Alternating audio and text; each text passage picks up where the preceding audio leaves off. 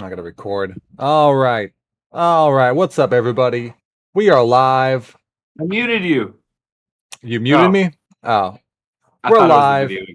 It's me. It's me. It's your boy, G-Len, aka Glenn Dude Cry, aka the Banana Man, aka that's all I need to say, because, just look at me.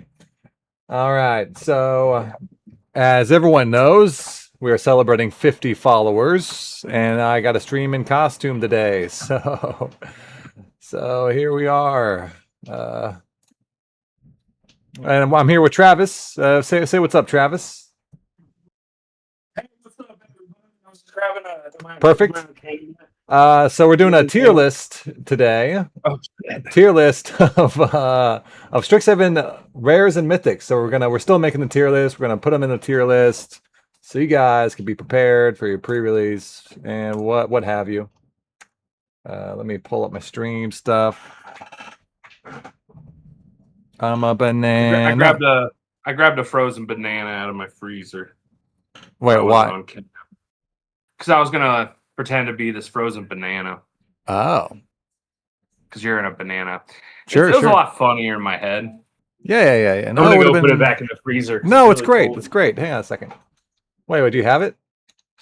I still gotta put you. Let me pop you out. It's brown. Put you on screen. Yeah, pull it up for everyone to see. See this banana? Yeah, it's great. That's so funny. I'm so glad we spent our time doing this. All right.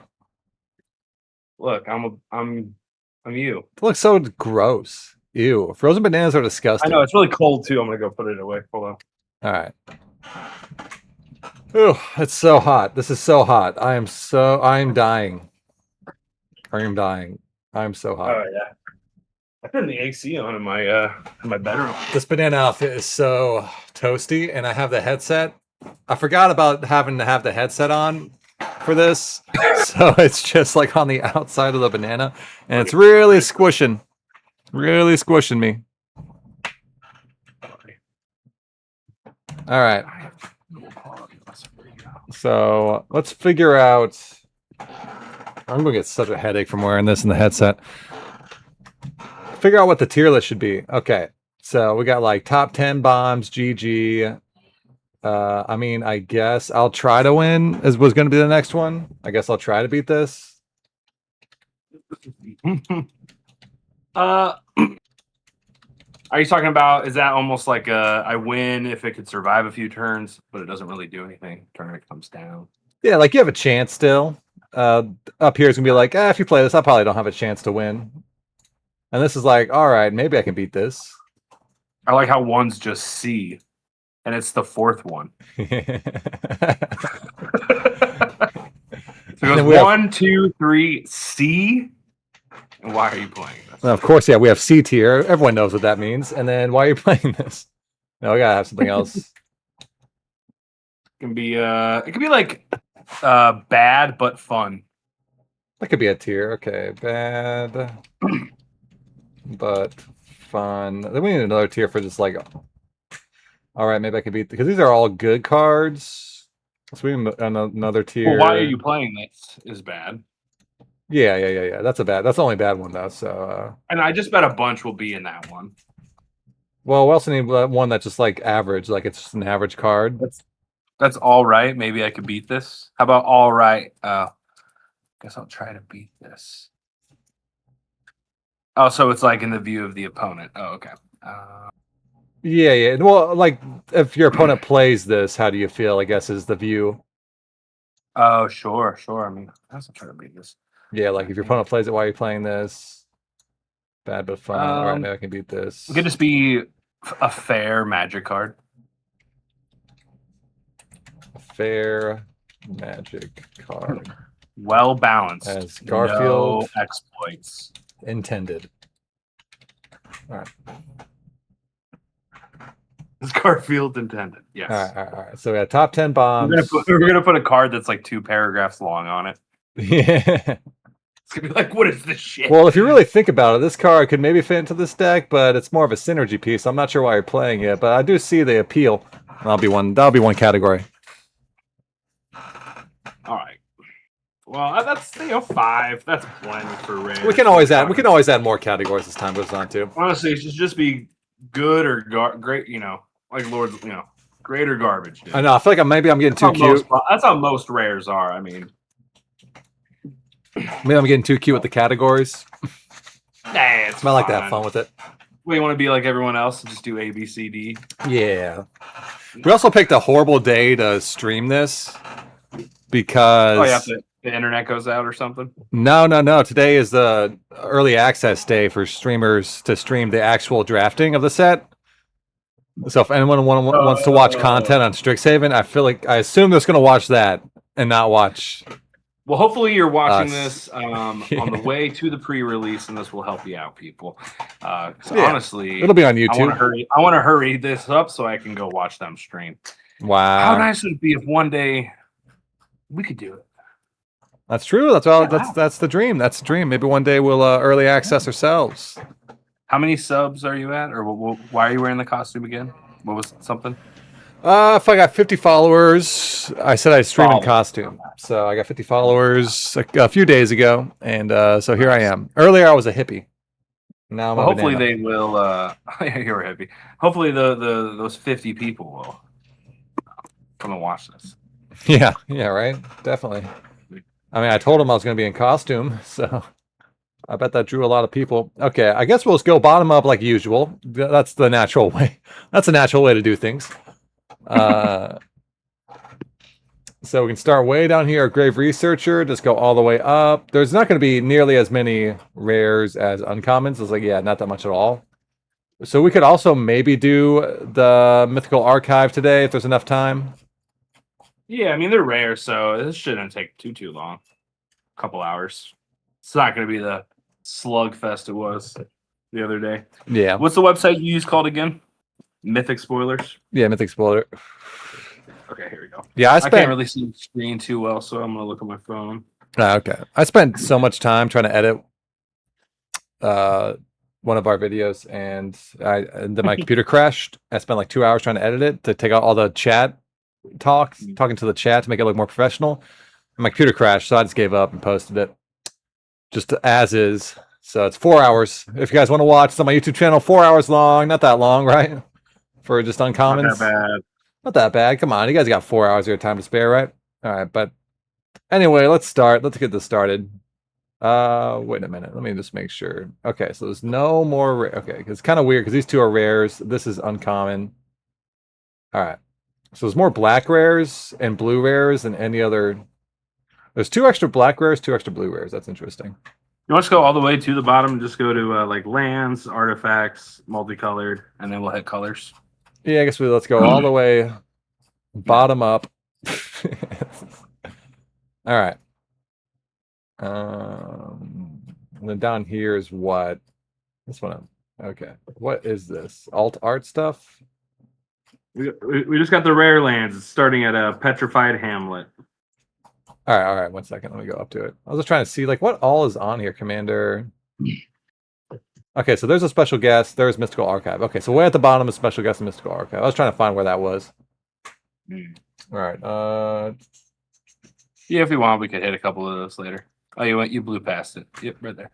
All right, so up first we have Petrified Hamlet. It's a land colorless. When this land enters, choose a land card name, activated abilities of sources with the chosen name can't be activated unless they're mana abilities.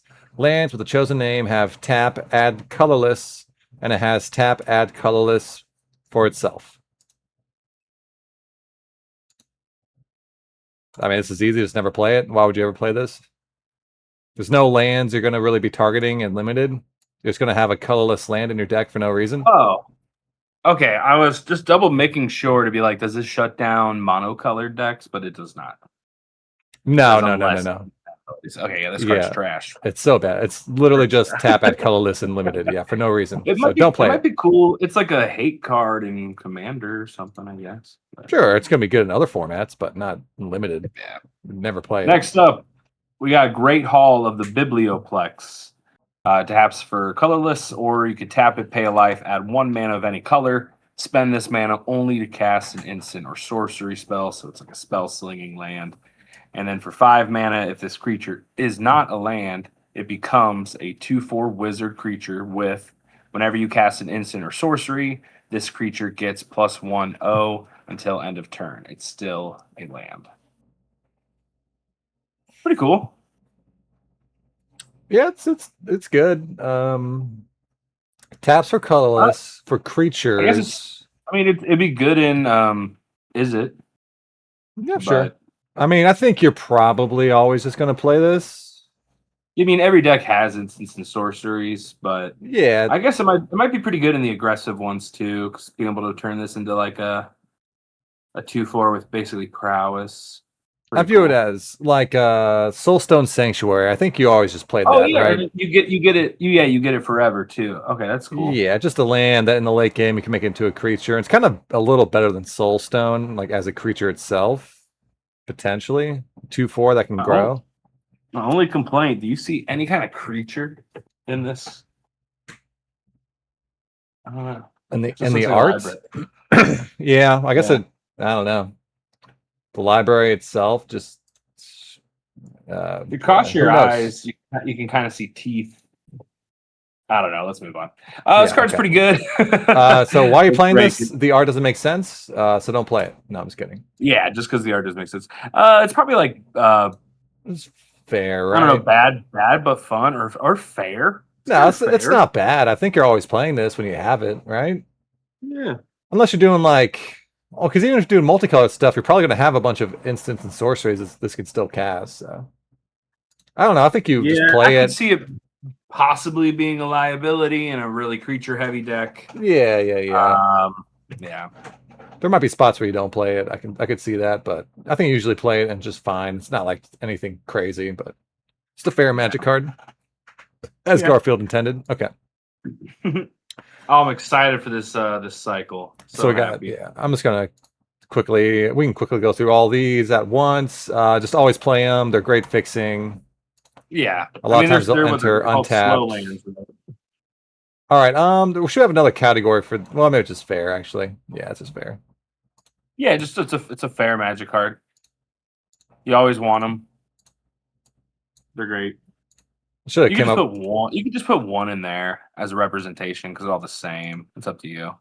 I think people would get it. Whatever. I'll put two in there. I don't know how to delete these, to be honest. Yeah, two. Yeah, Yeah. we just by the All two right. of them we mean everything. All right. All right. So moving on, we got. Ooh, okay. Fun one. Together as one.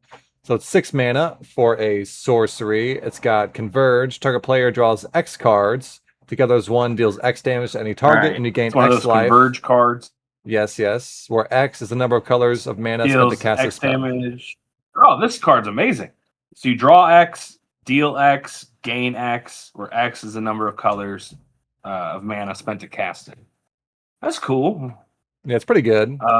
Yeah. So I mean, just for 3, What is this? I think I'd be pretty happy with that. Kind of reminds me of like a better like Sphinx's Revelation or like remember that card? It was Yeah, yeah, yeah. like blue white X or like blue white white X or something. It was awesome. Yeah, this is more like a cruel ultimatum, really. If Sure. you can Yeah. cast it, right? Because it deals X damage. So, like, the most you can do is 5 damage to something, draw 5 cards, gain 5 life, which is really It's good. pretty That's like it's a. pretty big. If it always did that, that would be like an A plus level card. If this ends Um, up being like we said, like a slower set, and there's a lot of just 3 colors going around, I'd be happy to put this top end of a 3-color deck. If you're just popping this for 3, I mean, yeah. you lightning helix and draw 3. It's pretty good. It's actually kind of it's weird because 2 is pretty bad. You don't want to do this for 2, but 3 is actually pretty good. 6 mana Yeah, for 3's deal good. 3, draw 3, gain 3 is You really don't good. you don't ever want to be playing this for 2 unless you're in like a real No. bind. Yeah, I don't think you should ever put it in if you can only do it for 2. But even I think this is I almost want to like if Converge is good. This is like I mean I guess I'll try to beat this because you're not dead yeah. in the water, but it's like that could be like in the Converge deck. That's going to be such a good card. And I bet in the other ones it might just be a fair magic card. Like if you're only casting it for 2, It's kind of bad. If you cast it for 3, it's pretty good. So it's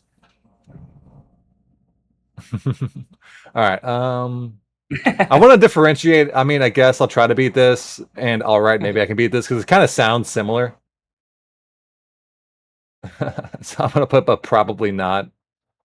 Um, it's pretty good. but Like yeah, this is really good. If you're doing it for 3, it's pretty great. If you do it for 4 or 5, it's backbreaking, and that's like top 10 bomb territory. But you might not always have that. I could see just splashing. Like there's common dual lands in this set. I could see just picking up a few of those just to like play this card sure. and I mean, that's cast it for again 3. going back to like I don't know this.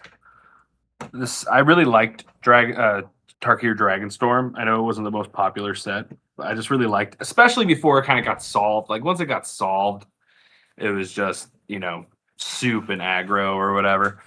But I just really like these slow, splashy things. Oh yeah, yeah, it seems this fun. this yeah, this Great card build would be around too. Something to go really for in the set. Like you pack one, pick one. This, you got something to aim for. Yeah, you have a plan. That's huge. Yeah, it's true. But yeah, good card. I would play it in most decks. All right, your turn. We got the Dawning Archaic. It's 10 mana. It's a legendary creature avatar. It does cost 1 last to cast for each instant and sorcery in your graveyard, though. It has reach. It's a 7/7, and whenever it attacks, you may cast target instant or sorcery from your graveyard without paying its mana cost. And if that spell will be put into your graveyard, you exile it instead. This is Pretty cool. interesting. Seems good. Seems good, but how good is the question? Like, how many It's a bit. instants and sorceries do you need in the yard before you're happy with this? I mean, you have to have a dedicated deck. This is like a strong build around. Like this is. I almost want to put it in bad and fun, bad but fun. I mean, it could be amazing, but you still have to attack. You don't even get it when it enters.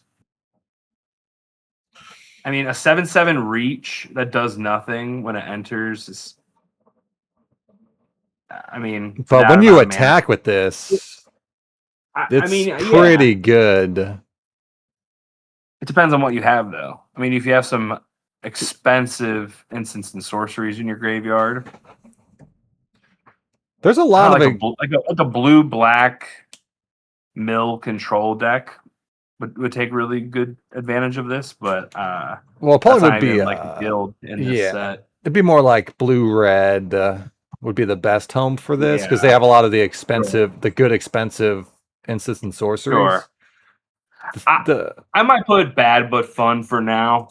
I'm just hesitant about this card. I think it's better than that. You just got to know when to play it. I think the trick with this is some decks are going to have a lot of creatures because their spells are basically the creatures with the prepared spell attached to them, so they're not running a lot of instants and sorceries. Okay, how cheap do you want to play this and feel good? You feel fine if you Oh, cast it for oh, 7. so I think there's an ad going on right now, Glenn. Is there? Whatever, it's fine. Yeah, it's going on for 120. So they can't hear us right now, right? I don't Or think can anybody's they? watching anyway. And a lot of people don't even get the ads because they have Twitch Turbo or like they're subscribed. So we'll just keep moving. Oh, interesting. We'll keep moving. But Okay. so and I also don't think everyone gets ads at the same time. I don't know. I'm not That's sure. so weird. Okay. But so if you cast this for 7, it's fine. If you cast it for 6, it's a 6 mana 7/7 reach that casts free spells on the next turn. So 6 is pretty good. 7 is fine. So we really just need 3 instants and sorceries in your yard to make this a decent card. Now, it's not going to be too hard by the time you get to like turn 6 or 7. So I think it's pretty good. Obviously, you're not going to put it in a deck that has mostly creatures, but assuming you choose your spot right. I don't. It's just a classic card of like these cards are always so hard to grade. I feel like because it's a big beefy dude that has a cool ass ability, but there's no protection on him at all, Yeah. other than being a 7/7,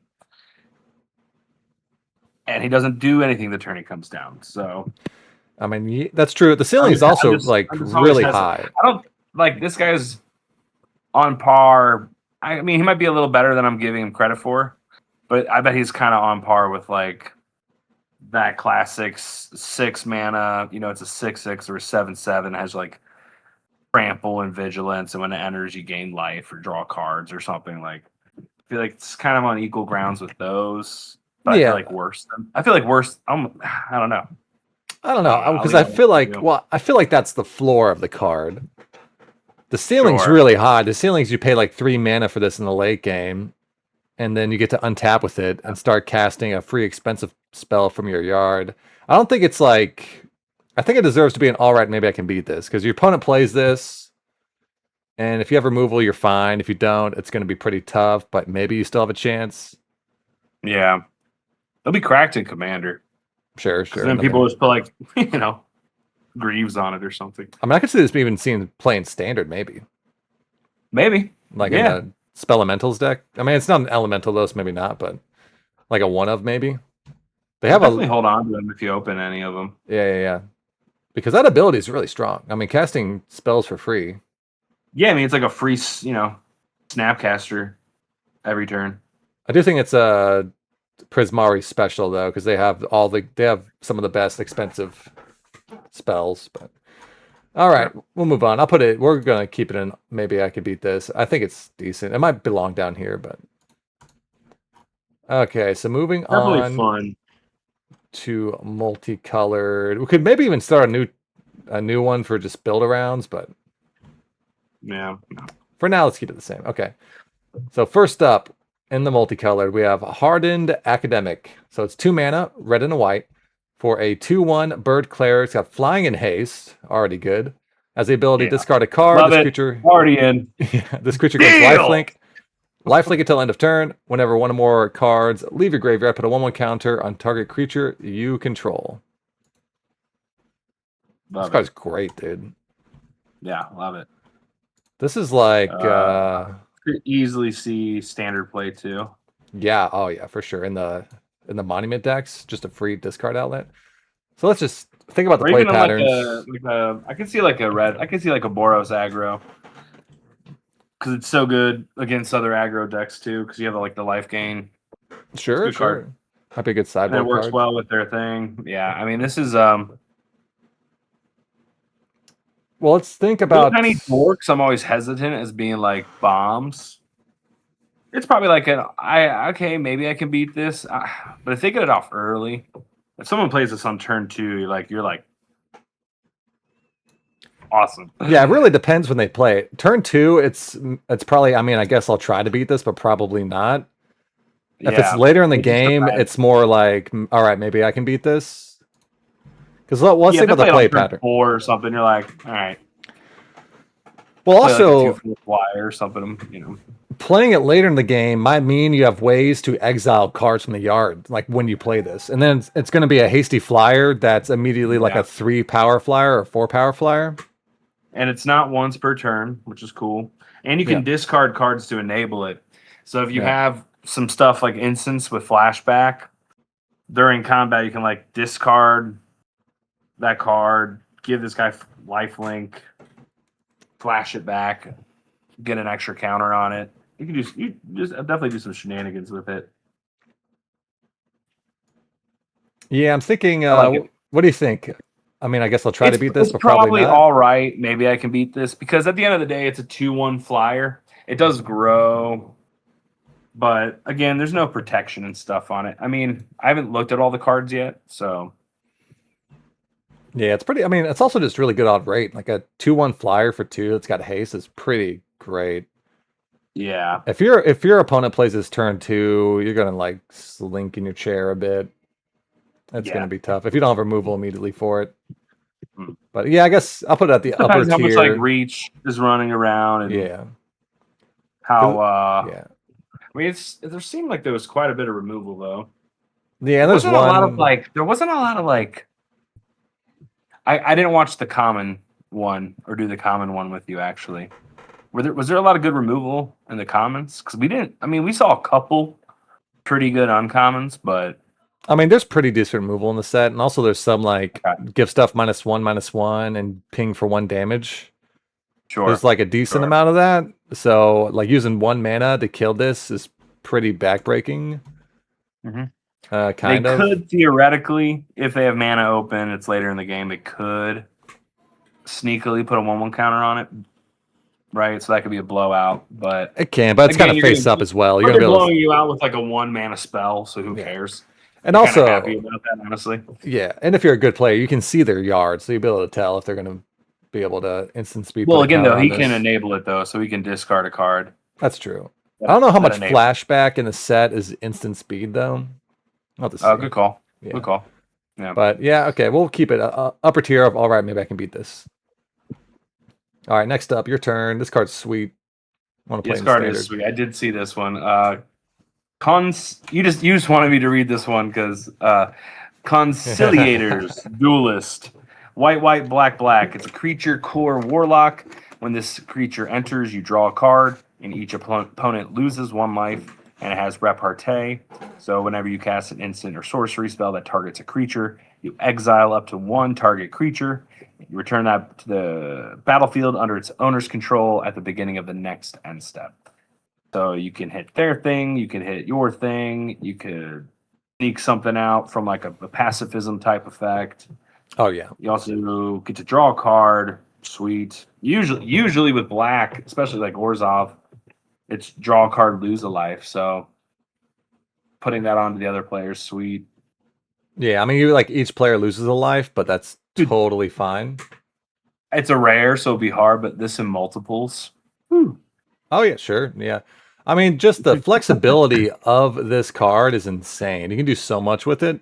And it's going to be like if you play this and have 2 mana up, your opponent's going to want to kill it, but they're also not going to want to get their removal spell blanked by you just targeting something in response and then blinking the Yeah. conciliator. So this is really tough to beat. It immediately replaces itself.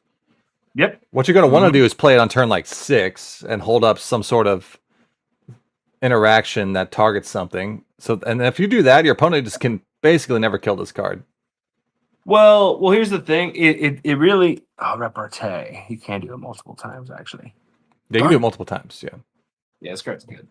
I mean, card's so good. if your opponent has 2 removal spells and uses them one in response to the other, you can kill it, but that's going to be really tough. And even if they're able to do that, you're still like what 3 for 1 them. You drew a card and they use 2 of their spells to kill it. Yeah. So, I this am card's on gonna be- record with saying like Cloud Shift is my favorite Magic card. I just love Cloud Shift. I think it's one of the greatest Magic cards ever printed. So I just love blink effects. Yeah, this I is don't know how to do either it. top 10 bomb territory or I'd put it there for now. put it there for now. Okay. Yeah. Yeah, so it's So the best good. one we've seen so far. It's an insane card. I The want to build a only standard deck around downside, it. the only downside about the card, it is white, black.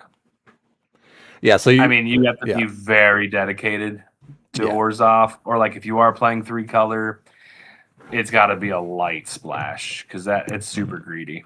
Yeah, it is hard to. That's the only downside. It's hard to cast, but in an Orzhov deck, it's not that bad, and you want to wait till like turn 6 to cast it anyway, so you can hold up interaction. So, Yeah. but all right, moving on. Really good card. Might be a top 10 bomb. We'll see. Next Yeah. up, we got Color Storm Stallion. So it's 3 mana, 1 blue, 1 a blue and a red for a 3/3 elemental horse. It's got Ward 1 and haste, already good.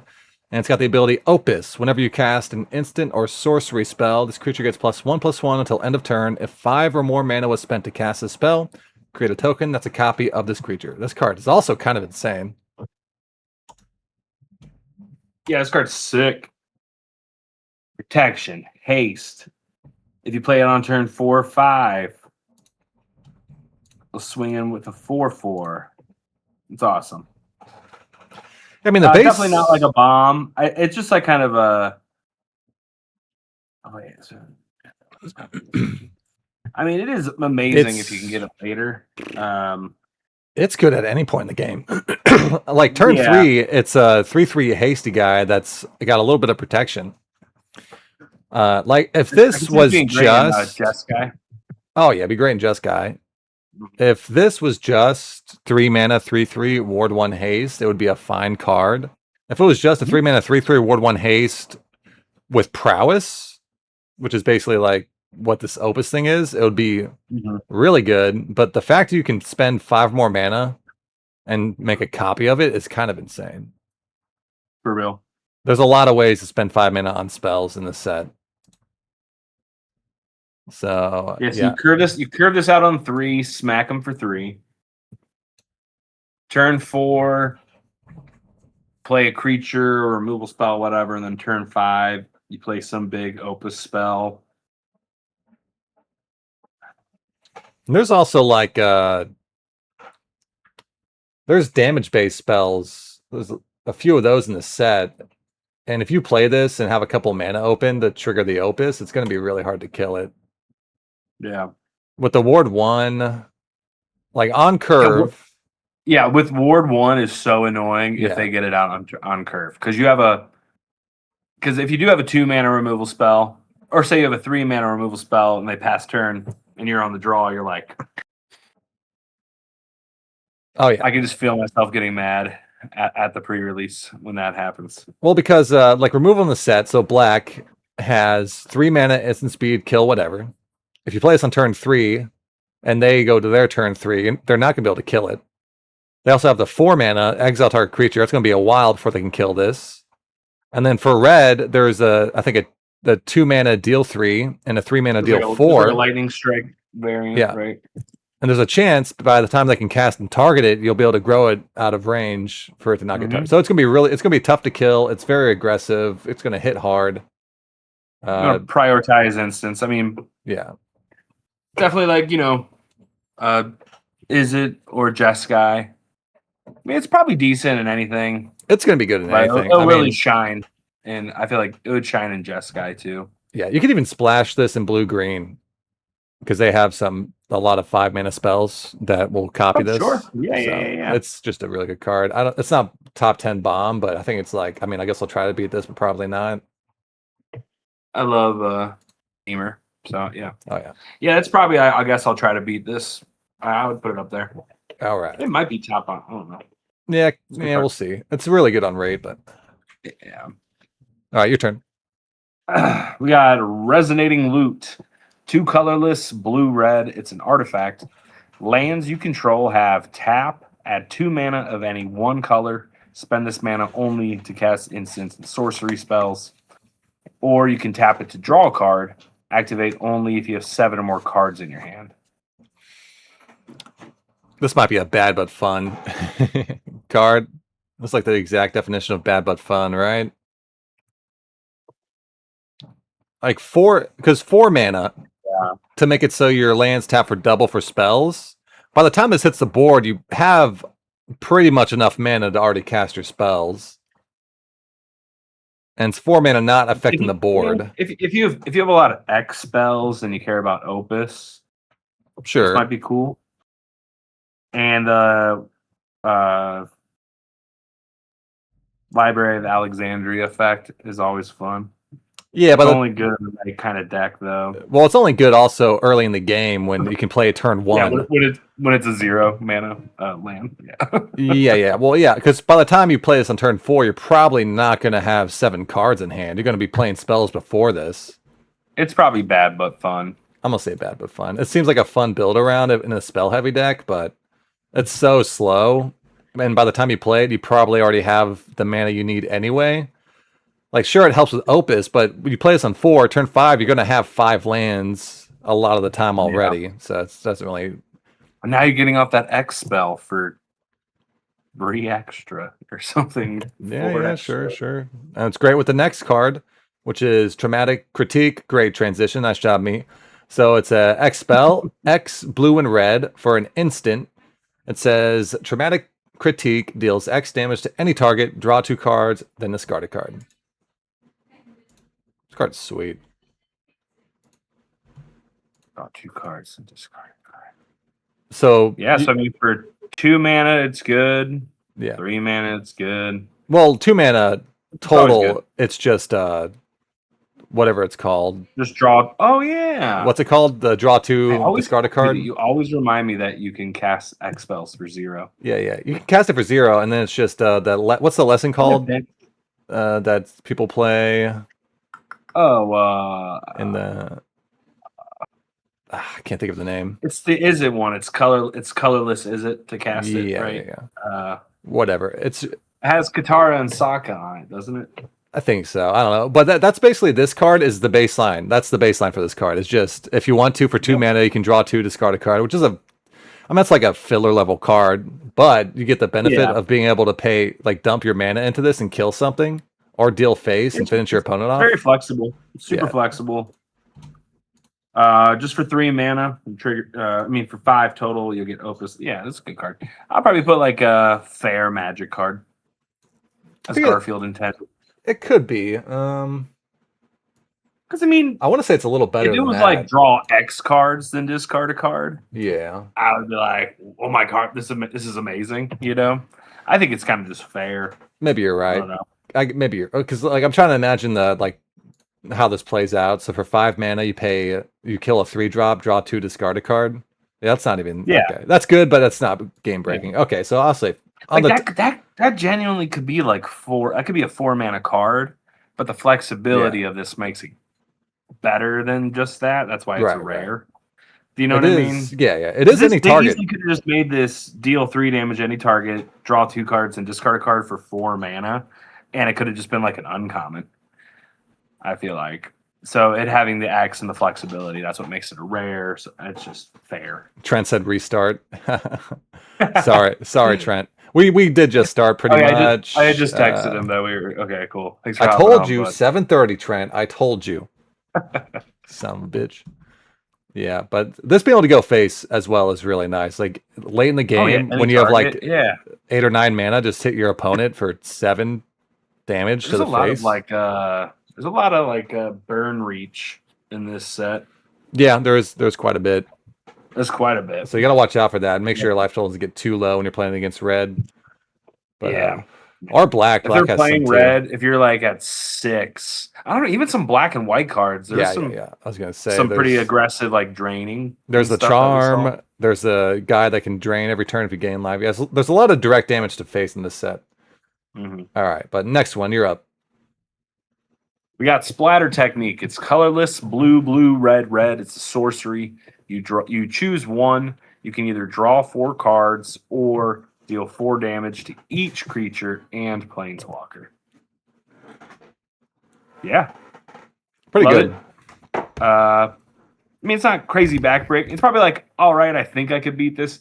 Because if they wipe your field, I don't know. This card's probably a bomb. It's close. I think it's close to it. It's really the 2 different scenarios for it's good in very different situations of the game.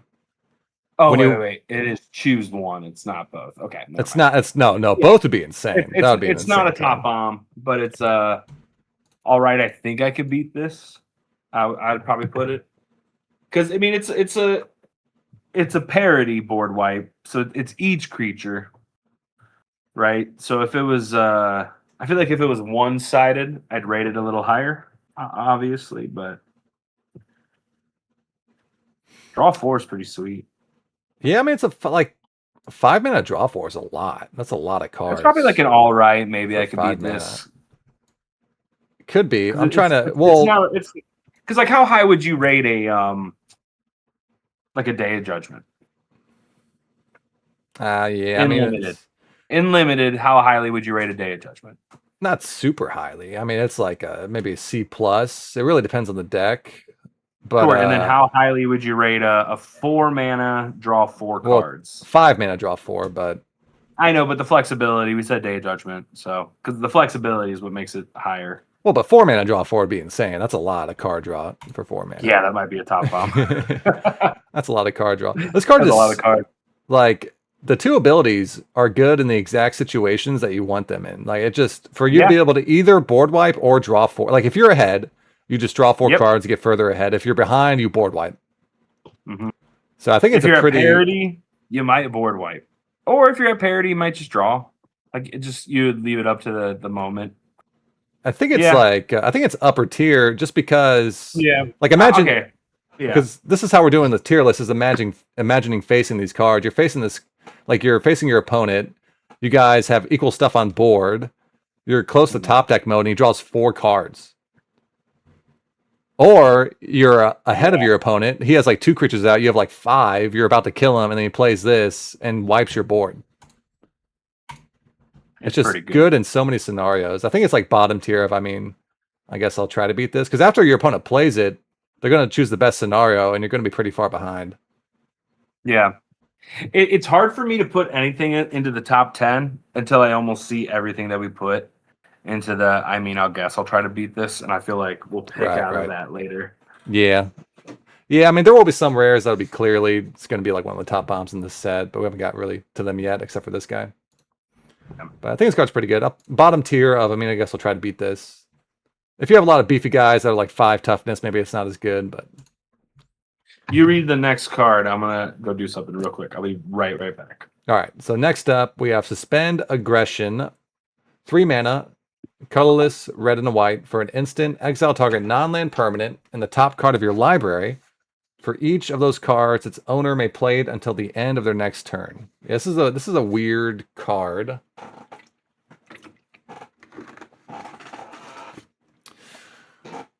So I think this is basically the Boros version of what's a card called?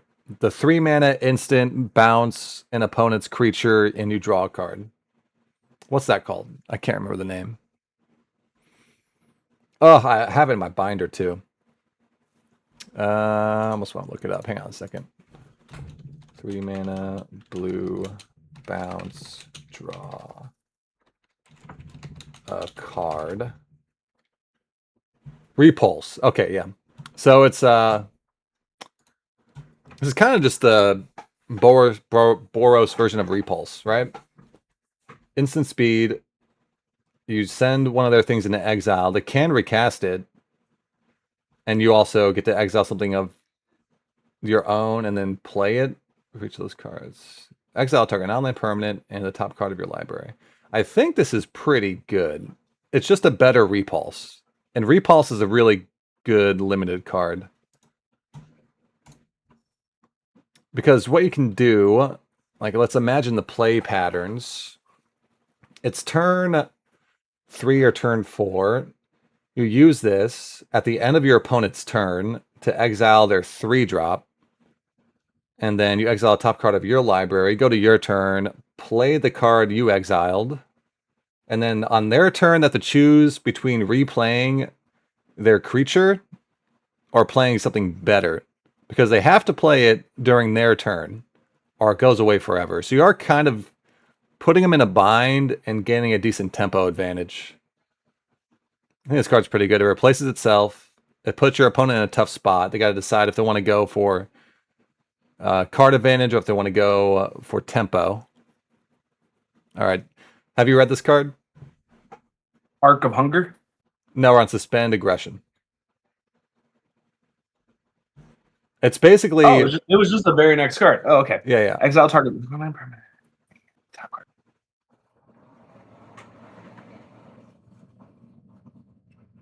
So it's basically Boros Repulse. Do you remember Repulse?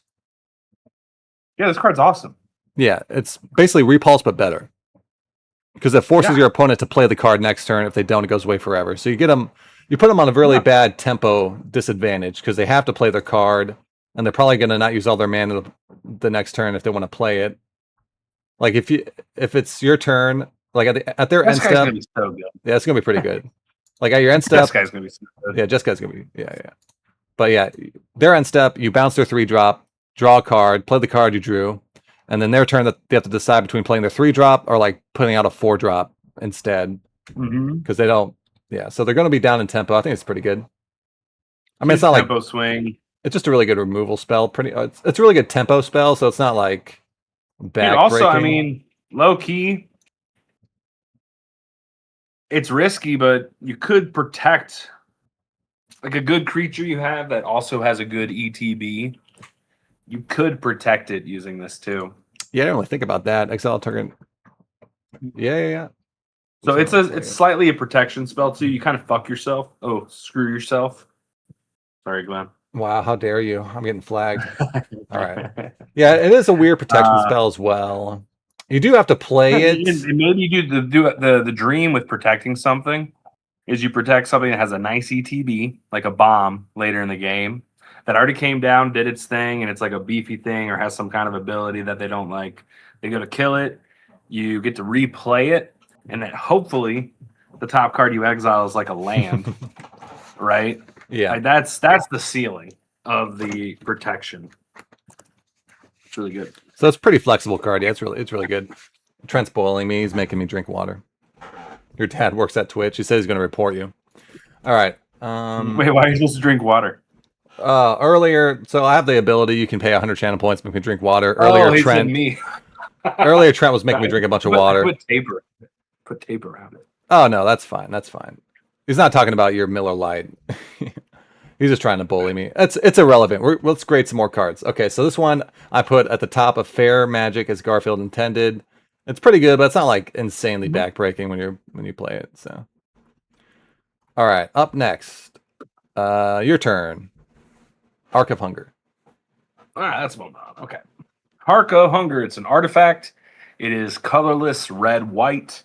Whenever one or more cards leave your graveyard, this artifact deals 1 damage to each opponent, and you gain 1 life. And then you can tap it to mill a card, and you may play that card this turn. This card seems sweet. Oh yeah. Yeah. It's an engine. I mean, it goes really well. Yeah, it's an engine. It's an enable. Yeah. Yeah, it's a 4-mana card that doesn't affect the board necessarily when you play it, but it will catch you back up in life over time. You're basically drawing a card every turn. You can play lands with this too. If you play a land, it also triggers the drain one. Yeah. So I think this card's really good.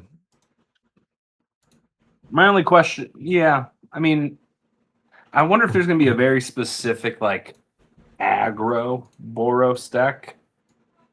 And I don't know if they want this in it. But if it ends up being like this is the help. Actually, this is probably the help an aggro deck needs. This card's great. Yeah, I think it's good in any version of Boros or Lorehold or whatever. Yeah. It's just, you're going to get, like, it basically draws you a card every turn and drains the opponent. Like, what more could you want? This might even be like... And by turn 4... Up here. Well, on turn 5, when you're, like, able to activate it and pay for it. I mean, this could come down on 6. You could tap it and maybe you get a 2-drop. Sure, or you play it on 5, tap it, try to get a land, play the land. But this is a big thing to remember. If you are going to play this on turn 5 or turn 6 or whatever, play it first, mill the card, because like you said, Glenn, it could be a land. Yeah. So you want to make sure you can play that land. Remember to not play a land before you play this card. That's huge. Yeah. But I think this is going to be a very disheartening card. Yeah, this will be a very disheartening card to play against. When your opponent plays this, you're like, all right, I got to end the game, or else they're just going to outcard me and drain me to death with the ability. Yeah. So, yeah, good card. I put it up. I mean, I guess I'll try to beat this, but probably not. Like, upper tier of that. I think this is great. I like it.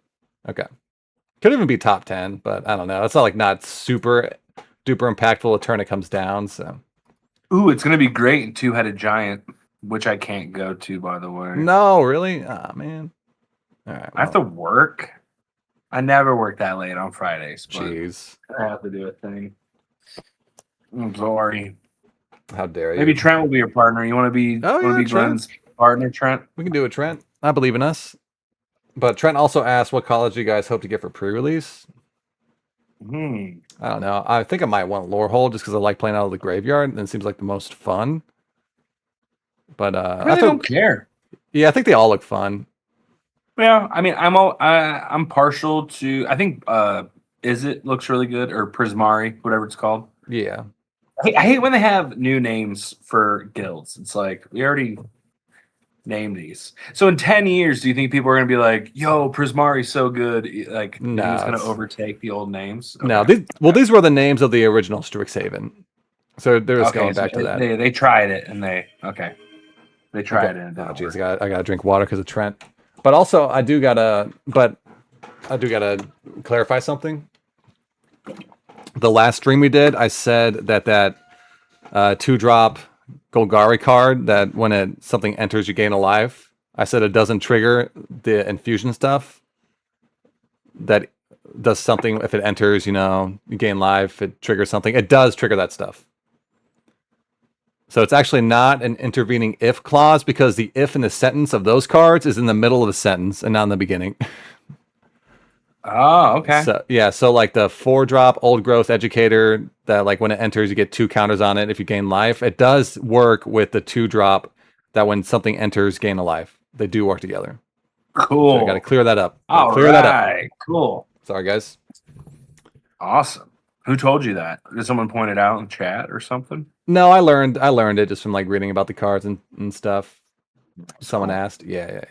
Good All right. research, man. Thank Good you. research. Thank you. All right, so moving on, we got Applied Geometry. It's 4 mana, 2 green and blue for sorcery. Create a token that's a copy of target non-aura permanent you control, except it's a 0/0 fractal creature. In addition to its other types, put 6 +1/+1 counters on it. I don't like that it's you control, but I think it's still good. I mean, it's a 4 mana 6/6. I mean, just be mindful about when you play it. That's all. I mean, if you play it responsibly, it's a 4 mana 6/6. Even if you hit a vanilla creature, like that's good. Well, Trek keeps making me hydrate. Son of a bitch. I would say 4. No, put 6 1/1 counters on it. Yeah. Yeah. Well, it's also non-aura You can put a permanent. land. You can copy lands. You can just put a land. So worst case scenario, it turns one of your lands into a 6/6 for 4 mana, which is decent. Yeah.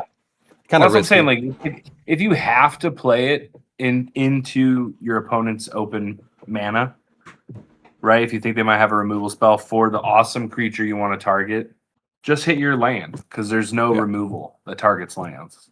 Yeah, I mean, I think you prefer in this set. So. Yeah, you prefer not to and get like value out of an ETB or something if possible. But worst case scenario, you can. At that point, though, it's more of a 5 mana spell because if it's you playing on 4, the land will be tapped for that turn. So you'd rather wait till 5 to have an untapped 6/6. Sure, but say you have say it is turn 4, you have this card in your hand, a couple lands, a removal spell, and like a 2/2. Do you just play the 2/2 on 4 that you just drew, or do you make a 6/6 on turn 4 that you can attack on turn 5 with?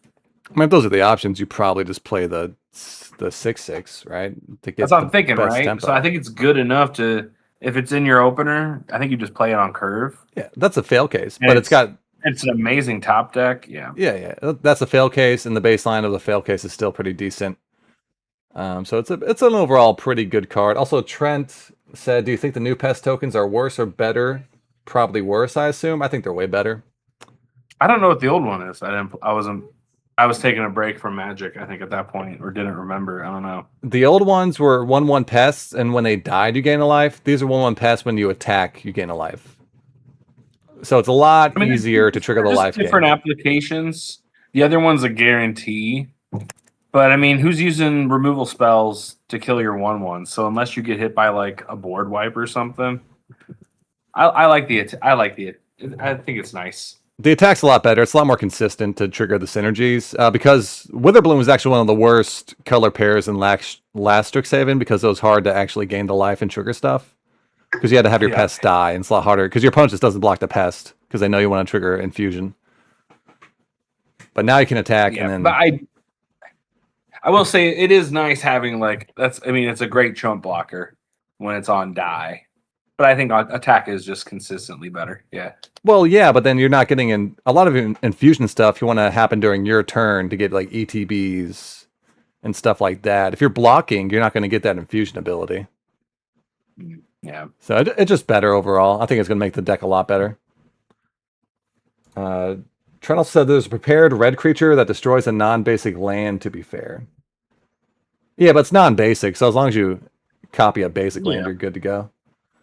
We'll get to that one eventually. But all right, so this one, I think it's just on the upper tier of fair magic as Garfield intended. It's not like super busted. You can do some crazy busted things sometimes, but average Yeah, case I is mean probably just fair. it's like a fancy clone, Yeah. which is So, just it's a fair magic card. all right, moving on. So we We got have Mind into Matter. It's X green blue. You draw X cards. Then you may put a permanent card with mana value X or less from your hand onto the battlefield tapped. Sweet. I love this card. so let's say Bomb? well, it's 5 mana, draw 3, put a 3-drop onto the battlefield tapped. You can always put a land on the battlefield tapped as well if you want to.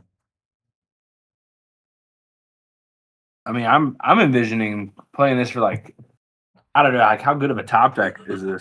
If like I mean, it's that the is as grindy as we're thinking, yeah. and we're getting to turn 12 and 13 sometimes. I mean, you imagine just straight up refilling your hand in a Yeah. top deck. It's a great card. I don't know if it's like top 10 bomb territory great, but All right, I'm gonna put it at the right below top 10 bombs.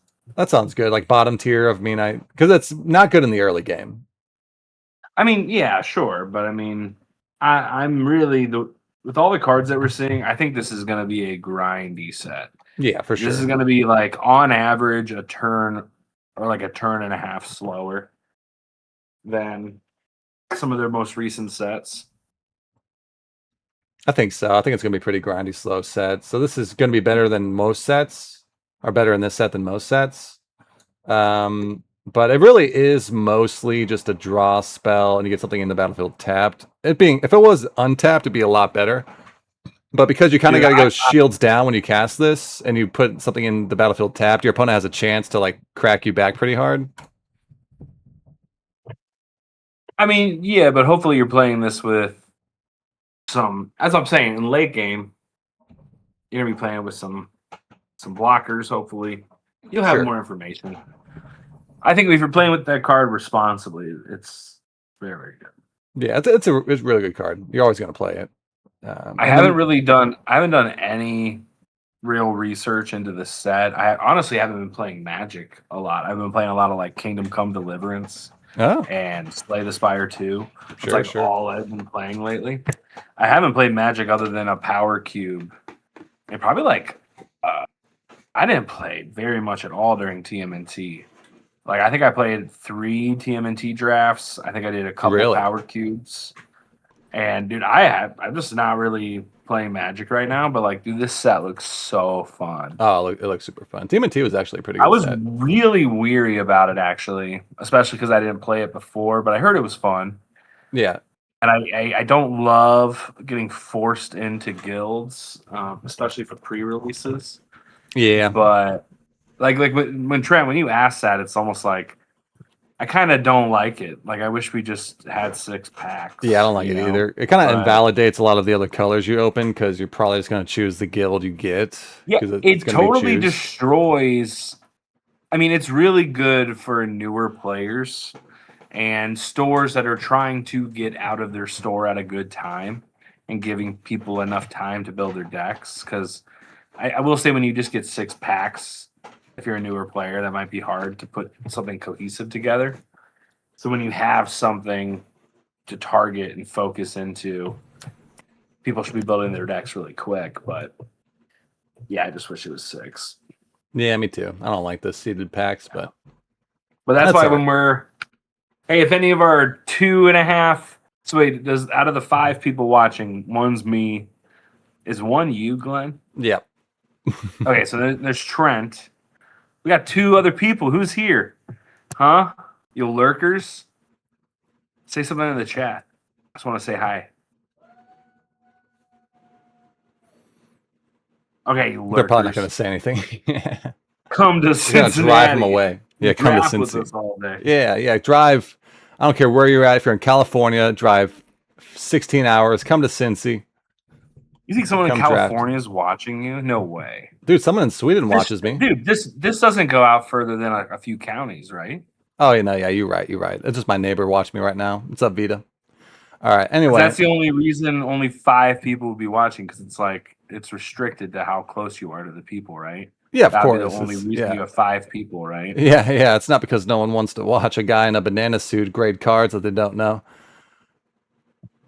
All right. Anyway, so next up we have Fuck up, Trent. You were down from geometers. Canada. God, oh, you're watching from Canada. Hey, we got a Canadian in the chat. We're international. I do have a Swedish guy who watches me. Oh, really? That's Shout out Glarbach.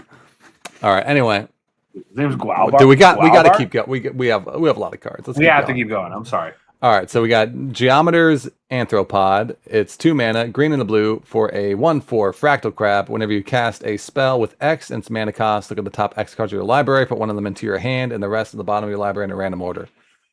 Pretty fun card. That's making me hydrate. I mean, yeah, it's a 1/4 for 2. I mean, it's kind of hard to cast, but genuinely, That's like, not I gonna be- like 2 mana 1/4s. I kind of fug with them. Sure, bit. it's a great blocker. I mean, Yeah. well, also this it's not going to be hard to cast if you're in the colors. It'll be fine. And blue green has a X matters theme to it. Okay. Like a Yeah, sub-theme. if you're doing the thing, it's probably like a very good payoff for it. Yeah, I mean, because there's a lot of X spells in blue and green. And how many X spell? Like, if you cast one X spell with this, you're super happy.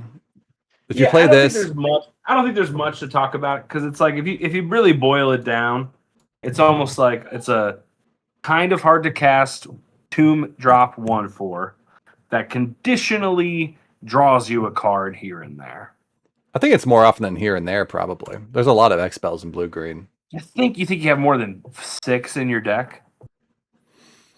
I think you will often be able to have around 6 to 8 X spells. But I mean, if this is a 1/4 that lets you look at the top 4 cards of your library and put one in your hand, that's a really good Magic card for 2 mana.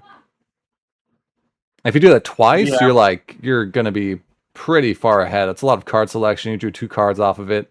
This is kind of a must-kill threat from your opponent because they don't know how many X spells you have. And they're not going to want you to get a bunch of card advantage. I think it's pretty good. It's not like a bomb, but I think it would be like upper tier of fair Magic. It's probably just like all right, maybe I can beat this. Or maybe it's fair. I don't know. It's probably better than fair. Better than fair. Maybe like, assuming you're building the deck right with it, probably bottom tier of, all right, maybe I can beat this. Yeah. Because, I mean, if they get to activate it, more than 3 times, pretty good card. Pretty good card. I think I'll put bottom of, all right, maybe I can beat this. Also, Trent said, Travis, this is strike 2. You cursed again. My grandpa's the CEO of Twitch, so watch it. Your grandpa's dead, bro. Oh, wow. Shots fired. Trent is dumbass dead grandpa. His grandpa's my dad, so I can say that. It's true. He can say that. All right. I have a dead dad. Let's keep it light. Let's keep it light. Okay, let's keep it light. Oh, sorry. Let's keep it light. We have moment of reckoning. Oh my god, what a cruel joke. It's fine. It's been 2 years. Moment of reckoning. We have 3. It's 3 colorless. White, black. It's a sorcery. You choose up to 4. You may choose the same mode more than once. You can A, destroy target non-land permanent. 2, return target non-land permanent card from your graveyard to the battlefield. It's pretty cool. This is top 10 bomb. Super expensive. But 7 mana, but that's really grindy. I mean, we were playing some, like when you play this, just you're either killing 4 of your opponent's things, which is basically just wiping their board. It's like a one-sided wrath. Yeah, but one-sided wrath for 7. That's really good. It's pretty good. That's a better Dune Blast. And Dune Blast, I think, was insane in its set. I mean, you also have the option. You can kill 2 of their biggest things and bring 2 of your best things from the graveyard back to the battlefield. This card is insane. Actually, this card would be, dude, if you could build your deck right, maybe splash a little green, or what deck cares about milling stuff? What Boros, right? Yeah, they care about the graveyard. Yeah, if you're doing the Mardu thing, splashing a bit, and you're good at milling, and you're milling some crazy bombs. 7 mana, animate 4 things. Yeah, this card's amazing. Yeah, I mean, you can also Probably- kill 2 things, animate 2 things. It's versatile. It's going to kill all your opponent's best stuff. This card's insane. You're often just going to win the game when you It being cast this. 7 mana hard cast. Okay, top 10 bombs. I think so. Sorry, you cut out for a sec. Oh, Top you 10 also bombs. cut out. I think so. I think it's gonna. It's at least in contention for now for a top 10 bomb. I think. Yeah, I put it there. All right. All right. So next up, we got Vicious It's really Rivalry. So it's 4 mana, 2 a black and a green for a sorcery. As an additional cost to cast a spell, pay X life, destroy all artifacts and creatures with mana value X or less. Hey, You're saying it. Starting to cut out a lot. yeah, I think it's a storm. Oh, gotcha. Could be. All right. Well, I think so. This is just Golgari. What's it called? Love you, Banana Glen. Thank you. Love you too, regular Kelly. What's the 3 mana pay X? Everything gets -X, -X. I can't think of the name for some reason.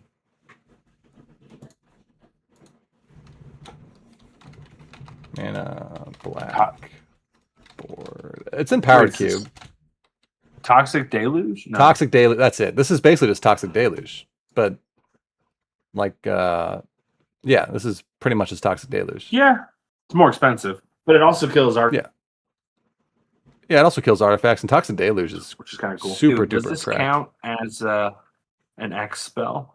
Was it No. This would not count as an X spell. that's right?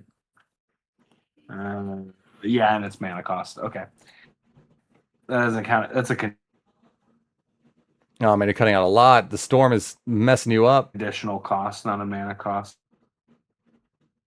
I think it's a pretty good card because you can set up situations where you kill most of their stuff and keep your stuff. Yeah.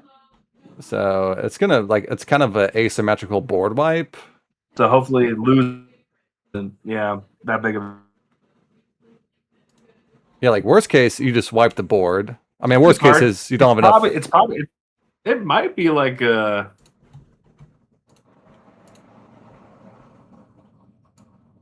Or bottom end. You're cutting out so much, Travis. This is bad content. Fix your internet. Make the storm stop. Come on. Make it stop. All right, it's looking better now. Man, I think this is like up here, and I mean, I guess I'll try to beat this, but probably not. Like when your opponent casts this, you're gonna be pretty far behind. Because they have the choice to engineer what dies and what lives. Like worst case, it's just It's like a pretty good all creatures.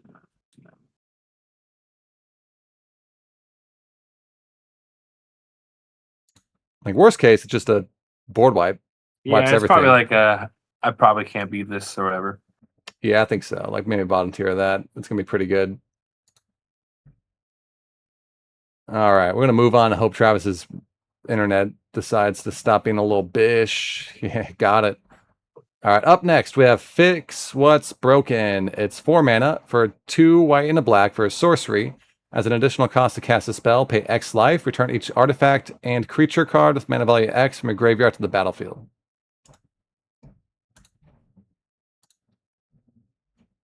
Definitely less good as the other pay X life spell. Like, I want to say bad, but fun.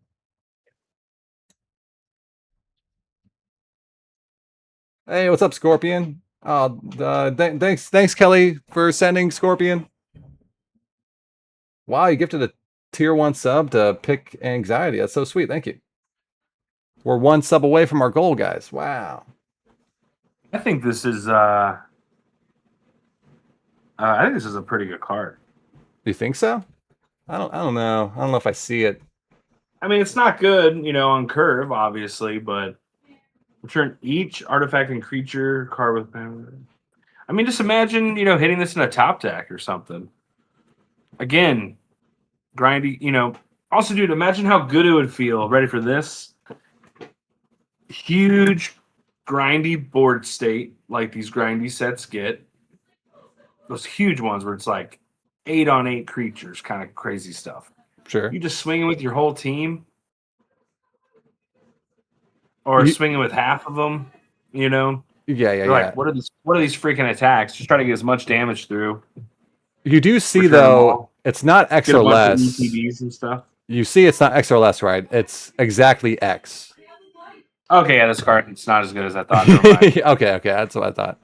Thank you for Yeah. pointing that out. This card's no deal. Yeah, I This think card's not good. it's not. It's going to be hard to engineer more than 2 cards of the same mana value in your graveyard. There's not really a lot of milling, too much milling in this set, so I think it's just bad but fun.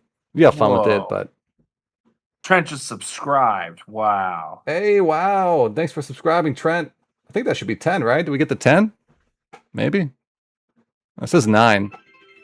Hey, we did it. I think. You're at 10? We're at 10? Are we at 10? What's a gift sub mean? We did. We're at 10, guys. Wow. Okay, so Guys, now... I'm really new to Twitch. Will someone explain to me what gifting a sub means? someone who's watching gifts a sub to someone else who's watching, pretty much. And So did someone have to like jump on that? Is that how Trent got it? I'm also not really hip to how Twitch works. Trent, did you just get that subscriber because Brown Stain Bears subscribed with Prime? What? What's that?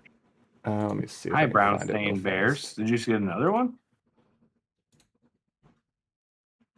If you gift a sub, Okay, I don't know how to do it. I'm just just gonna pay for a monthly subscription for someone else viewing. But can someone jump on that? Or if I go to try to subscribe to Glenn, will All right, someone answered. Thank you, X Crystal Forest. If you gift a sub, you're just paying for a month of subscription for someone else viewing. it's random? Hey, what's up, Aubrey? Huh. Thanks for popping in. I need a second monitor. Yeah, I guess you're right. Here, since there's so much chat going on, I'll bring up the chat on my screen. There we go. Now I can see you guys on the screen. You guys are famous. You guys are going to be on Potassium Prince. Okay, that's a great first thing to see on the screen. Thank you, Bronstein Bears. Potassium Prince, that's me. That's me. I should eat a banana and then do some cannibalism on screen. Oh, because the banana. I've been watching a lot of like reactive metal videos. So people like throwing potassium in water and stuff or sodium explodes. Okay, that's what I Sick. thought she was referencing. Just some Yeah. exploding potassium. I get those videos, and then right before we hopped on the stream, I was watching videos of a dude shaving like hooves. His name's Nick the Hoof Guy, and he shaves hooves and cleans them out and stuff. Pretty cool. Pretty Yeah, gross. Sure, yeah. He got a bunch of rocks out of this horse's hoof. All right, what's our next All right. card? Anyway, yeah. Actually, real fast. So Forrest also said he might be able to pick a specific viewer. I believe you can also gift directly to specific accounts. You've randomly gifted subs when I wasn't even logged into Twitch. Oh, that's weird. Okay, good to know. I still have so much to learn about Twitch. But all right, next up, we got Dina's Guidance. So it's a black and a green, 3 mana for an instant. It says search your library for a creature card, reveal it, put it into your hand or graveyard, then shuffle. It's not really Seems good. cool. I mean, if you have like a awesome like bomb, it's almost like another. It's like a tutor for it. It's very conditional. Yeah, I mean, typically tutors aren't good in limited because the card pool is not going to be good enough to warrant a tutor. And with tutors, you got to think you're basically putting 3 mana on top of the card you're getting. So whatever 6-drop you're getting with this, imagine if it costs 9 and is it still worth it at 9? Is kind of how you got to view it. Yeah. So you usually I shouldn't like it play there. tutors. Bad, but but fun. yeah, it'll be fun to like tutor up your bomb, but you really shouldn't play it. All right, your turn. We have Cauldron of Essence. It's colorless, black-green. It's an artifact. Whenever a creature you control dies, each opponent loses a life and you gain 1 life. And then for 1 black-green, you can tap it and sacrifice a creature. Return target creature card from your graveyard to the battlefield. Activate only as a sorcery. This card seems sweet. Dude, it's so fun. I want to build a standard deck around this. This is so cool. Yeah, this seems so good.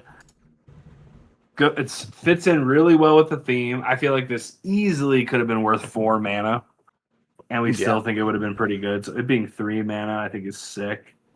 I mean, it's basically a Bastion of Remembrance attached to a recurring nightmare. Yeah. Like, this is just recurring nightmare. Sack a creature, get a creature from your yard to the Oh yeah, battlefield. 3 mana. Yeah. Yeah. So I think it's pretty strong. I don't know. Very strong.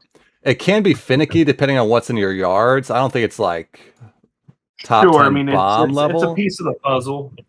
But if you're doing the thing, I think be really good because it can sometimes be a little conditional. It should maybe just be all right. Maybe I can beat this.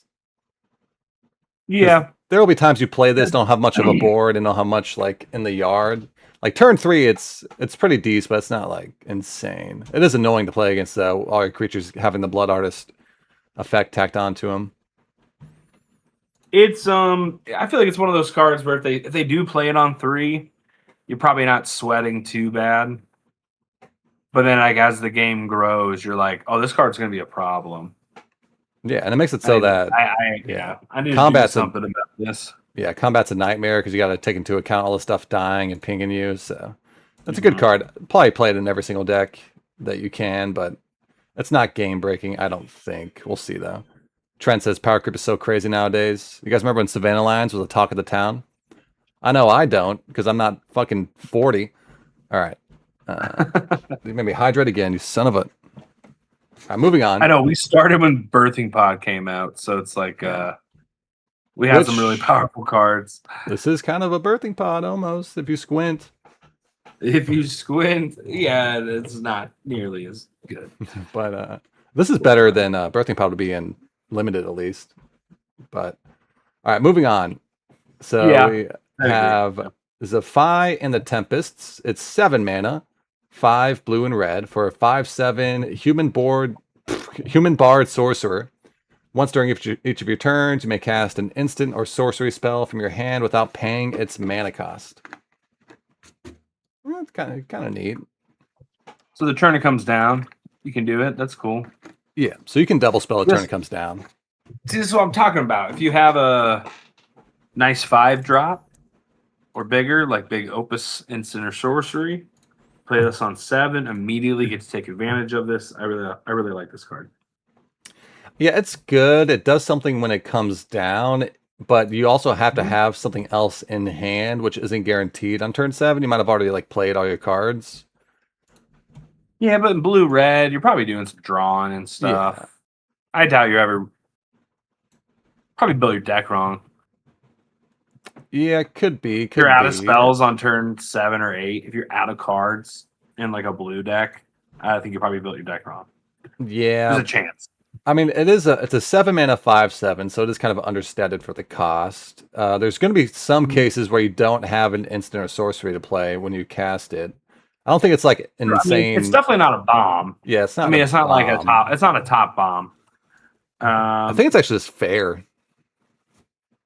Fair card. Because also by the time, like imagine by the time you have 7 mana, you're going to be able to play your expensive spells anyway. So it's kind of just you get to play your expensive spell and add a big body to the board. You know what? I will concede on the fact that this doesn't work well with X spells. That too. Bring it down, Glenn. Bring it down. Oh, you want fair magic? Your Trent's making your face get covered by Bob Ross, by the way. How do you do that? If you look at the stream, you'll see. I have an ad. You have an ad. He keeps spamming chat with Bob Ross emojis, and it's covering your face. Here, I'll put you over here. There we go. I'll save you from Bob Ross. You're welcome. Oh, I didn't even get to see it. Hold on, move me back. All right, I'll move you back. All right, I'll move you back. There you go. This is where you were.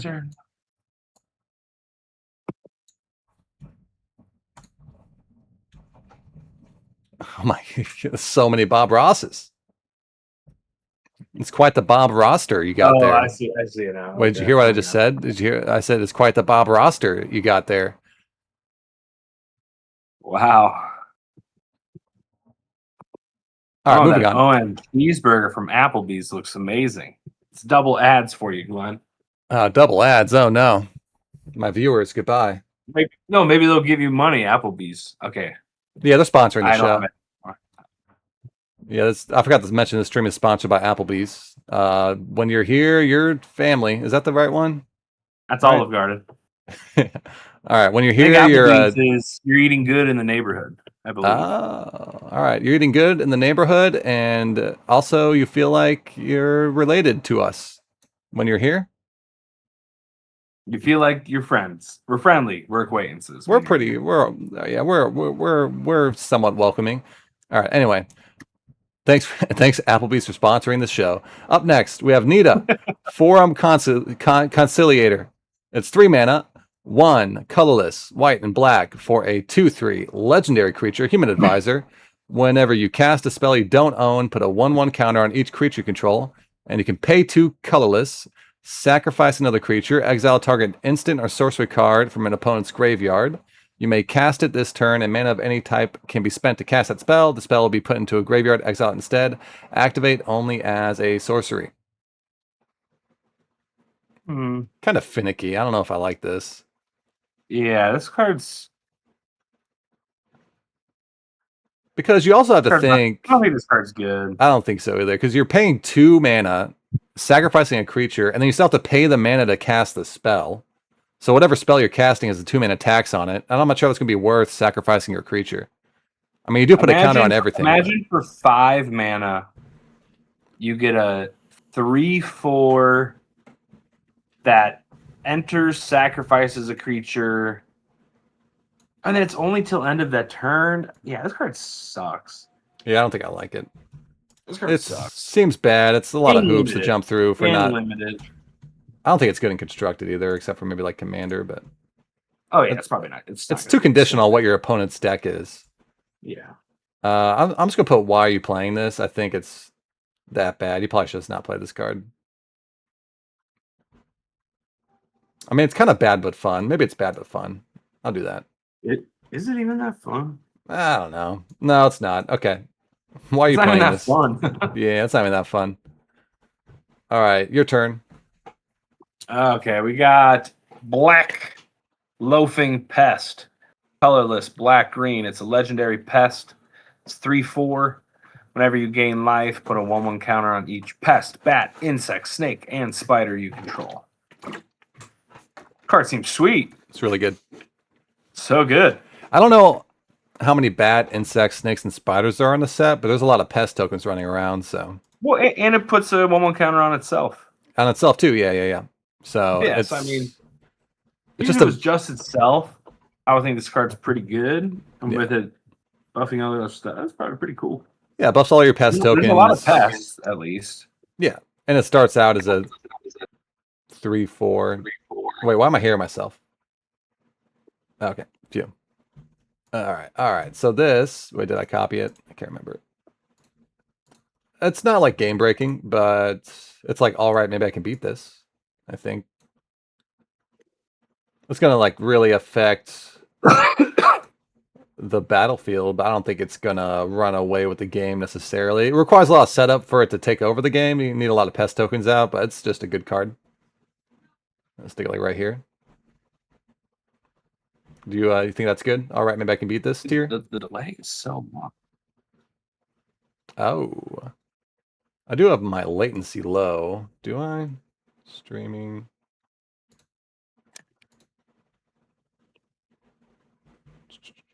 You have low latency. Okay. Trent, you're on the stream. Did Trent call you? What was that, Trent? He said he thinks I'm doing a great job. Well, Trent, I have something to tell you. All right, on to the next card. All right. So we got Berta Wise Extrapolator. So it's 4 mana, 2 green and blue for 1/4 legendary frog druid. It's got increment when you cast a spell with greater mana value. If it's greater than this creature's power or toughness, put a 1/1 counter on this creature. And when one or more 1/1 counters are put on Berta, add 1 mana of any color, and it has X, tap it, create a 0/0 green and blue fractal creature token, put that many +1/+1 counters on it. I think it's just a fair card. Richard Garfield would love it. I think it. I don't know. I think it's better than that. It was kind of a joke. Oh, Because there's oh, so much it was text. sarcasm. There's so much text on this card. oh, I see. I see. I told you not to be sarcastic on the freaking stream. That's my job. Sorry. No, it's great. I love it when you're sarcastic. All right. No. Anyway. So Really? Berta, yeah, I was being sincere. You're my best friend. All right. Anyway. You're not. So, Berta, what do we think about Berta? Everything I'm saying is sarcasm. Berta's fine. I think it's pretty good. It's a freaking. Also, wait. I keep hearing. Are you playing the stream out loud, Travis? I don't think so. No. Oh, I keep hearing an echo in my headset. Okay. That's you, baby. I'm muted, right? All right, should be fine. So Berta, I think it's just a token factory. Like every turn, you can just spend all your mana dumping into like pretty much on rate tokens. Like after you play this, turn 5, you're probably just paying 5, making a 5/5. Turn 6, making a 6/6 until your opponent kills this.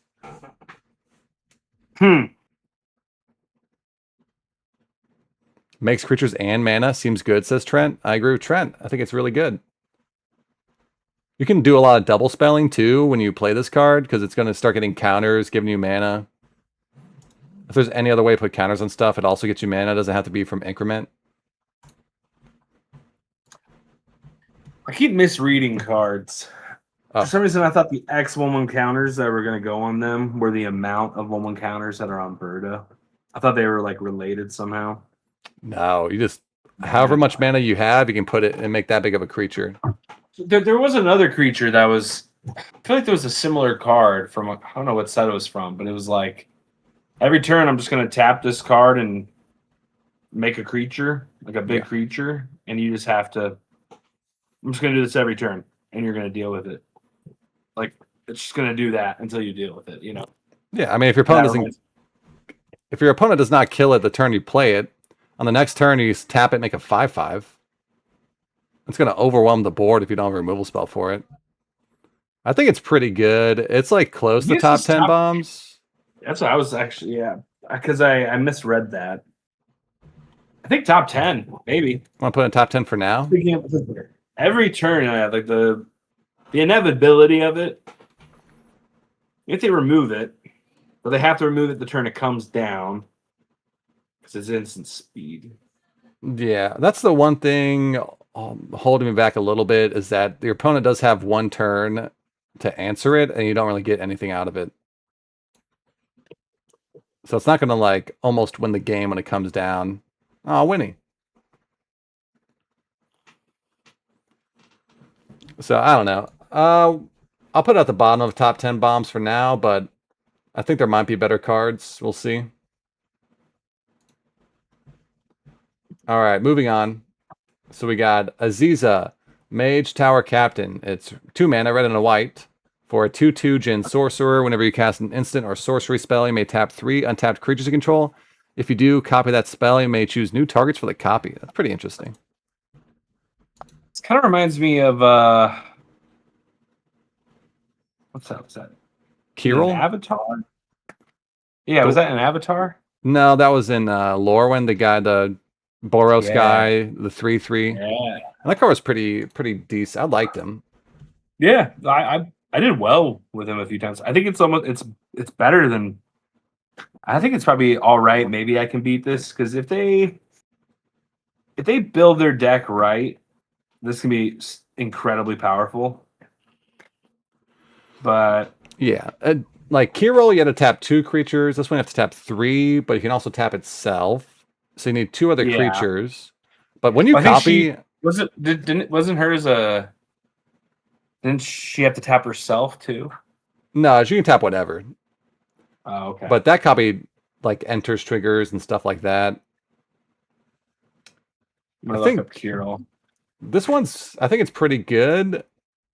Tapping 3 creatures is a cost. You're going to lose 3 blockers, but you can also do this at instant speed when you cast an instant.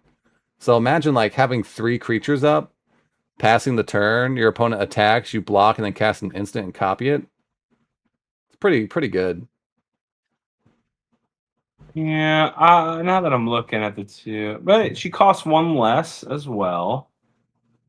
Kirill was a 3-drop, and Kirill was only once per turn. Yeah, but I think yeah. it's going to be tough to do this more than once per turn. Tapping 3 creatures is a lot of creatures. Did you already say like during like a block step or something? Because yeah. You can block and tap. Step. You can block, cast awesome. instant, tap your creatures, copy the instant. It's pretty good. Yeah, get like 2 removal spells off. Yeah, it requires a lot of setup though. You need 3 creatures to be untapped and tap them. You need an instant sorcery spell to cast. So it's not like crazy insane, but it's pretty good. The baseline's a 2-mana 2/2, so I think it's like bottom tier. Well statted. Bottom tier of all right. Maybe I can beat this. Yeah. Yeah, seems about good to me. Okay. Maybe halfway up, but yeah. Our last colorless multicolor card. We got Professor Delian Fell. 2 colorless, black, green, legendary planeswalker. It comes down with 5 loyalty. You can +2 to gain 3 life, 0 to draw a card and lose a life, -3 to destroy target creature, or -6. You get an emblem with whenever you gain life, target opponent loses that much life.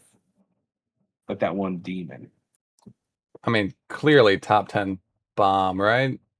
Just so much value in this. It's like this is a nightmare to play against. He starts at 5. Starts at 5 really loyalty good. Too. It's probably like maybe one of the best cards in this set period, like top 3 bomb. Yeah.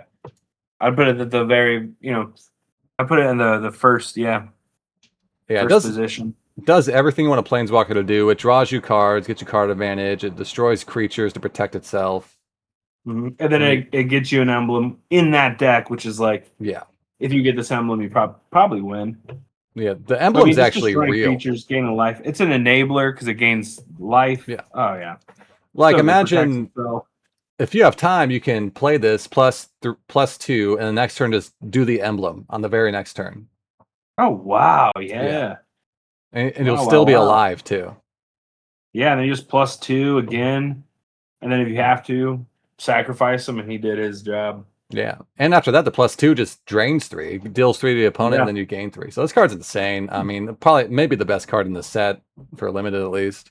Probably be worth a pretty penny too. Yeah, maybe we'll see. Maybe. Did you be played in standard? It could. I could see it being played in standard. Yeah. Trent said, "Is there much planeswalker removal in the sets? Not that I like. Not more than average. Not that I know of." The one that we just reviewed dealt 4 damage to all creatures and planeswalkers, but that wouldn't even kill him. That wouldn't. That's true. It wouldn't even kill him. Yeah, I don't think there's a lot of ways to kill planeswalkers, so it's gonna be tough to get off the battlefield. A lot of the black removal doesn't hit planeswalkers. I think there's a couple, but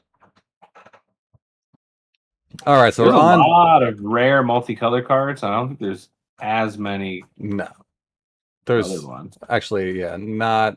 Still a bit. Oh, we missed. There's a. Oh, we didn't look at Mythics too. We didn't look at Mythic color, multicolored.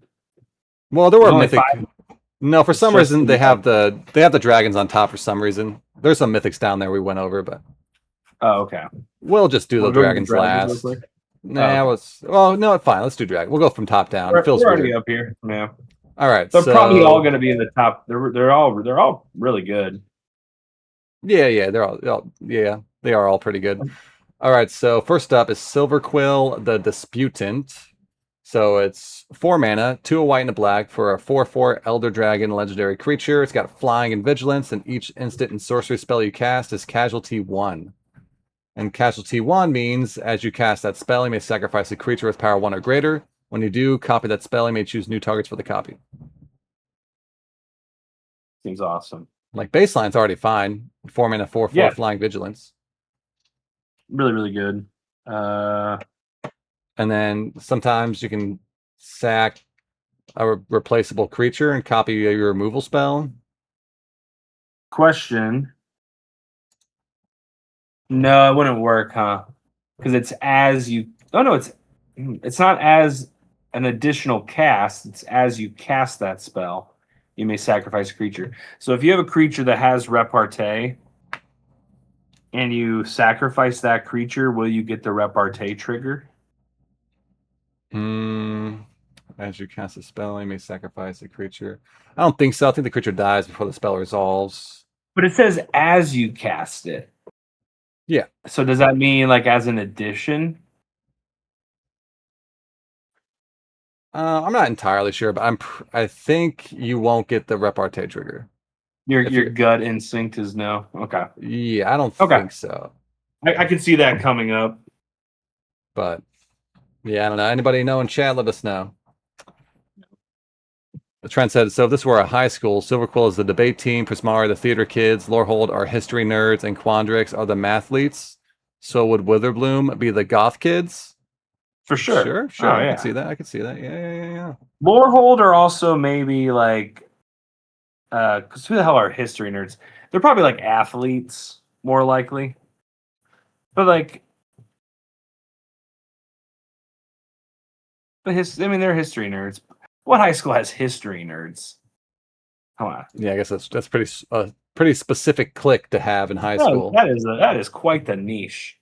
Get out of here. You're not a history nerd. You're just a literature nerd. You don't even know about World War II. All right, so I mean, this is probably just all right. Maybe I can beat this.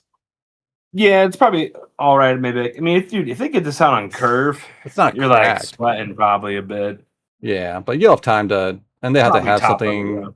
Like they have to have a lot of stuff for it to really pop off. They need the creature to sacrifice. I mean, it's just a cheaper Sarah's Angel. Sure. Base stats. Like that's really good. Yeah, man. Like Sarah Angel is almost always playable in limited. Yeah, it's a decent card. It's probably a C+ in limited, just a regular Sarah Angel. C+, yeah.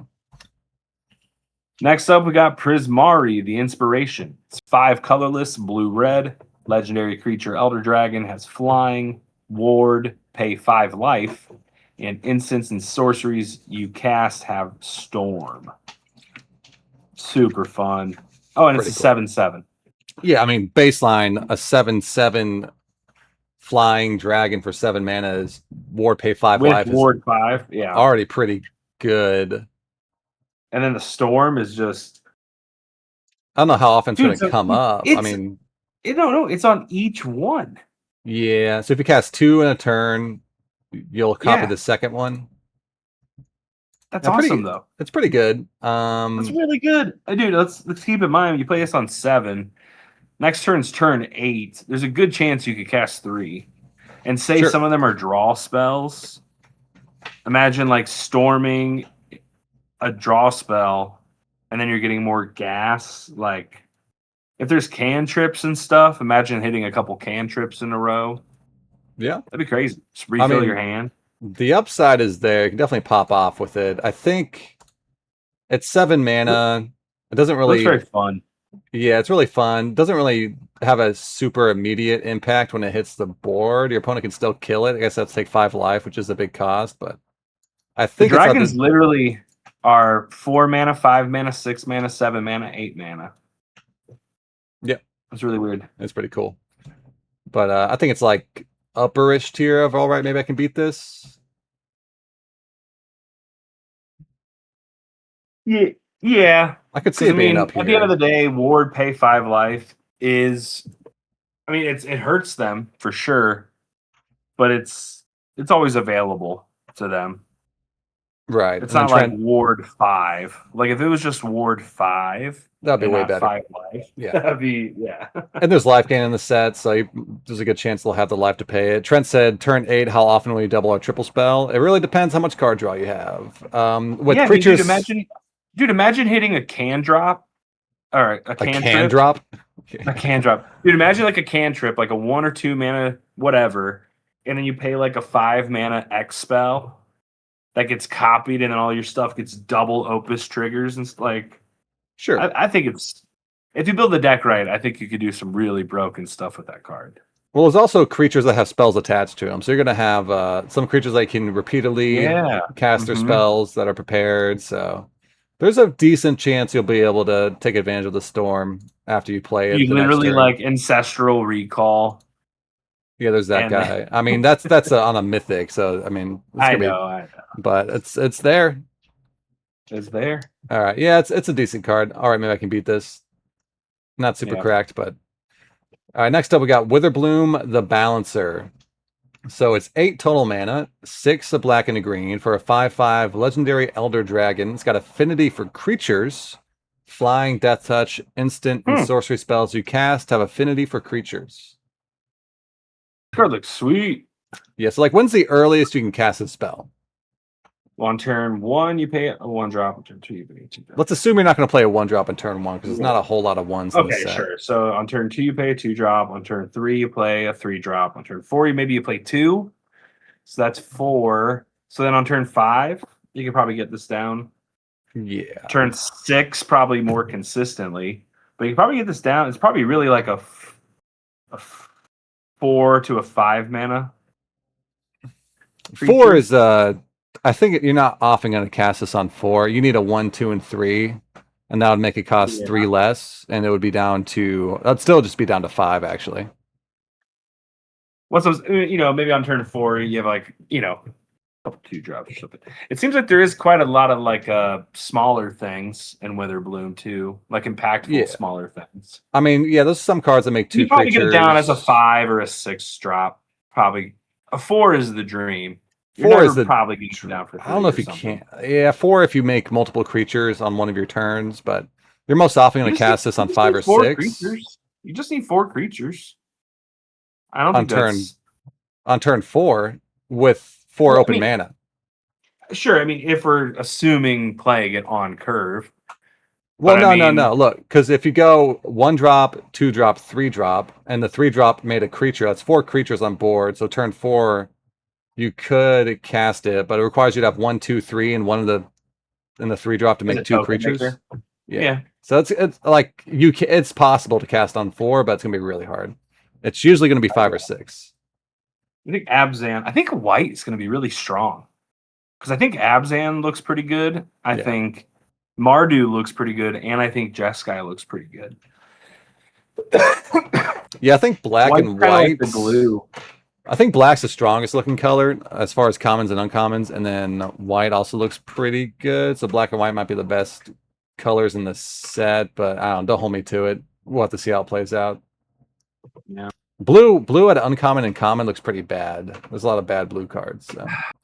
Stinks. Yeah, which is unfortunate, but especially the commons are really bad for blue. They don't have any good commons really. But, okay, so what do we think about Witherbloom? So you're probably casting on turn 5 or 6 if everything goes well. It's got flying, death touch, 5/5. I mean, on rate, it's just a good creature. Like, in the real late game, it might be really cheap, and you can double spell with it. I much wish this was Lorehold. Oh, no, sorry. I wish this was Silverquill. Yeah, I guess so. I mean, I think it being Silverquill would have been cool. It probably would be easier to get out. I don't know, because Witherbloom. And the repartee stuff, though. The repartee stuff would be cool. Yeah, it would help. Yeah, but there's going to be instant sorceries. I don't know. There's probably a lot of the stuff that you're using to trigger repartee, or like, I bet you have quite a bit, like maybe some 1-drops. So then this wouldn't downgrade the one. You know what I mean? Sure. So I mean, Witherbloom makes the pass, so I can see it being good there too. So how good is instant and sorcery spells you cast have affinity for creatures? I mean, that's kind of nice. It makes the prepared spells pretty nice on the creatures. Mm-hmm. Makes them a lot cheaper. I think it's good. I think it's probably I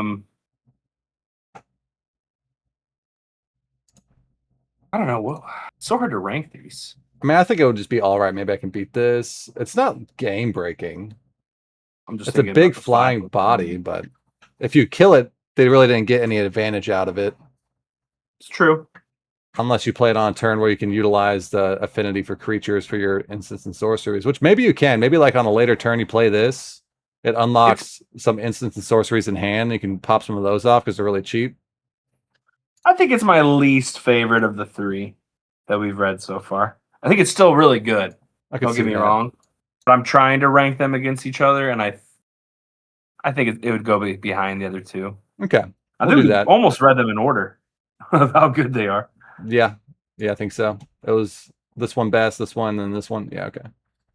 All right, next We'll see up. if we'll continue with Lorehold. Yeah, we got Lorehold the Historian. It's 5 mana, 3 red and white for a 5/5 legendary Elder Dragon. It's got flying and haste. Each instant Count and me sorcery card in your hand has Miracle 2. And at the beginning of each opponent's upkeep, you may discard a card. If you do, draw a card. And then to clarify, Miracle is if it's the first card you draw.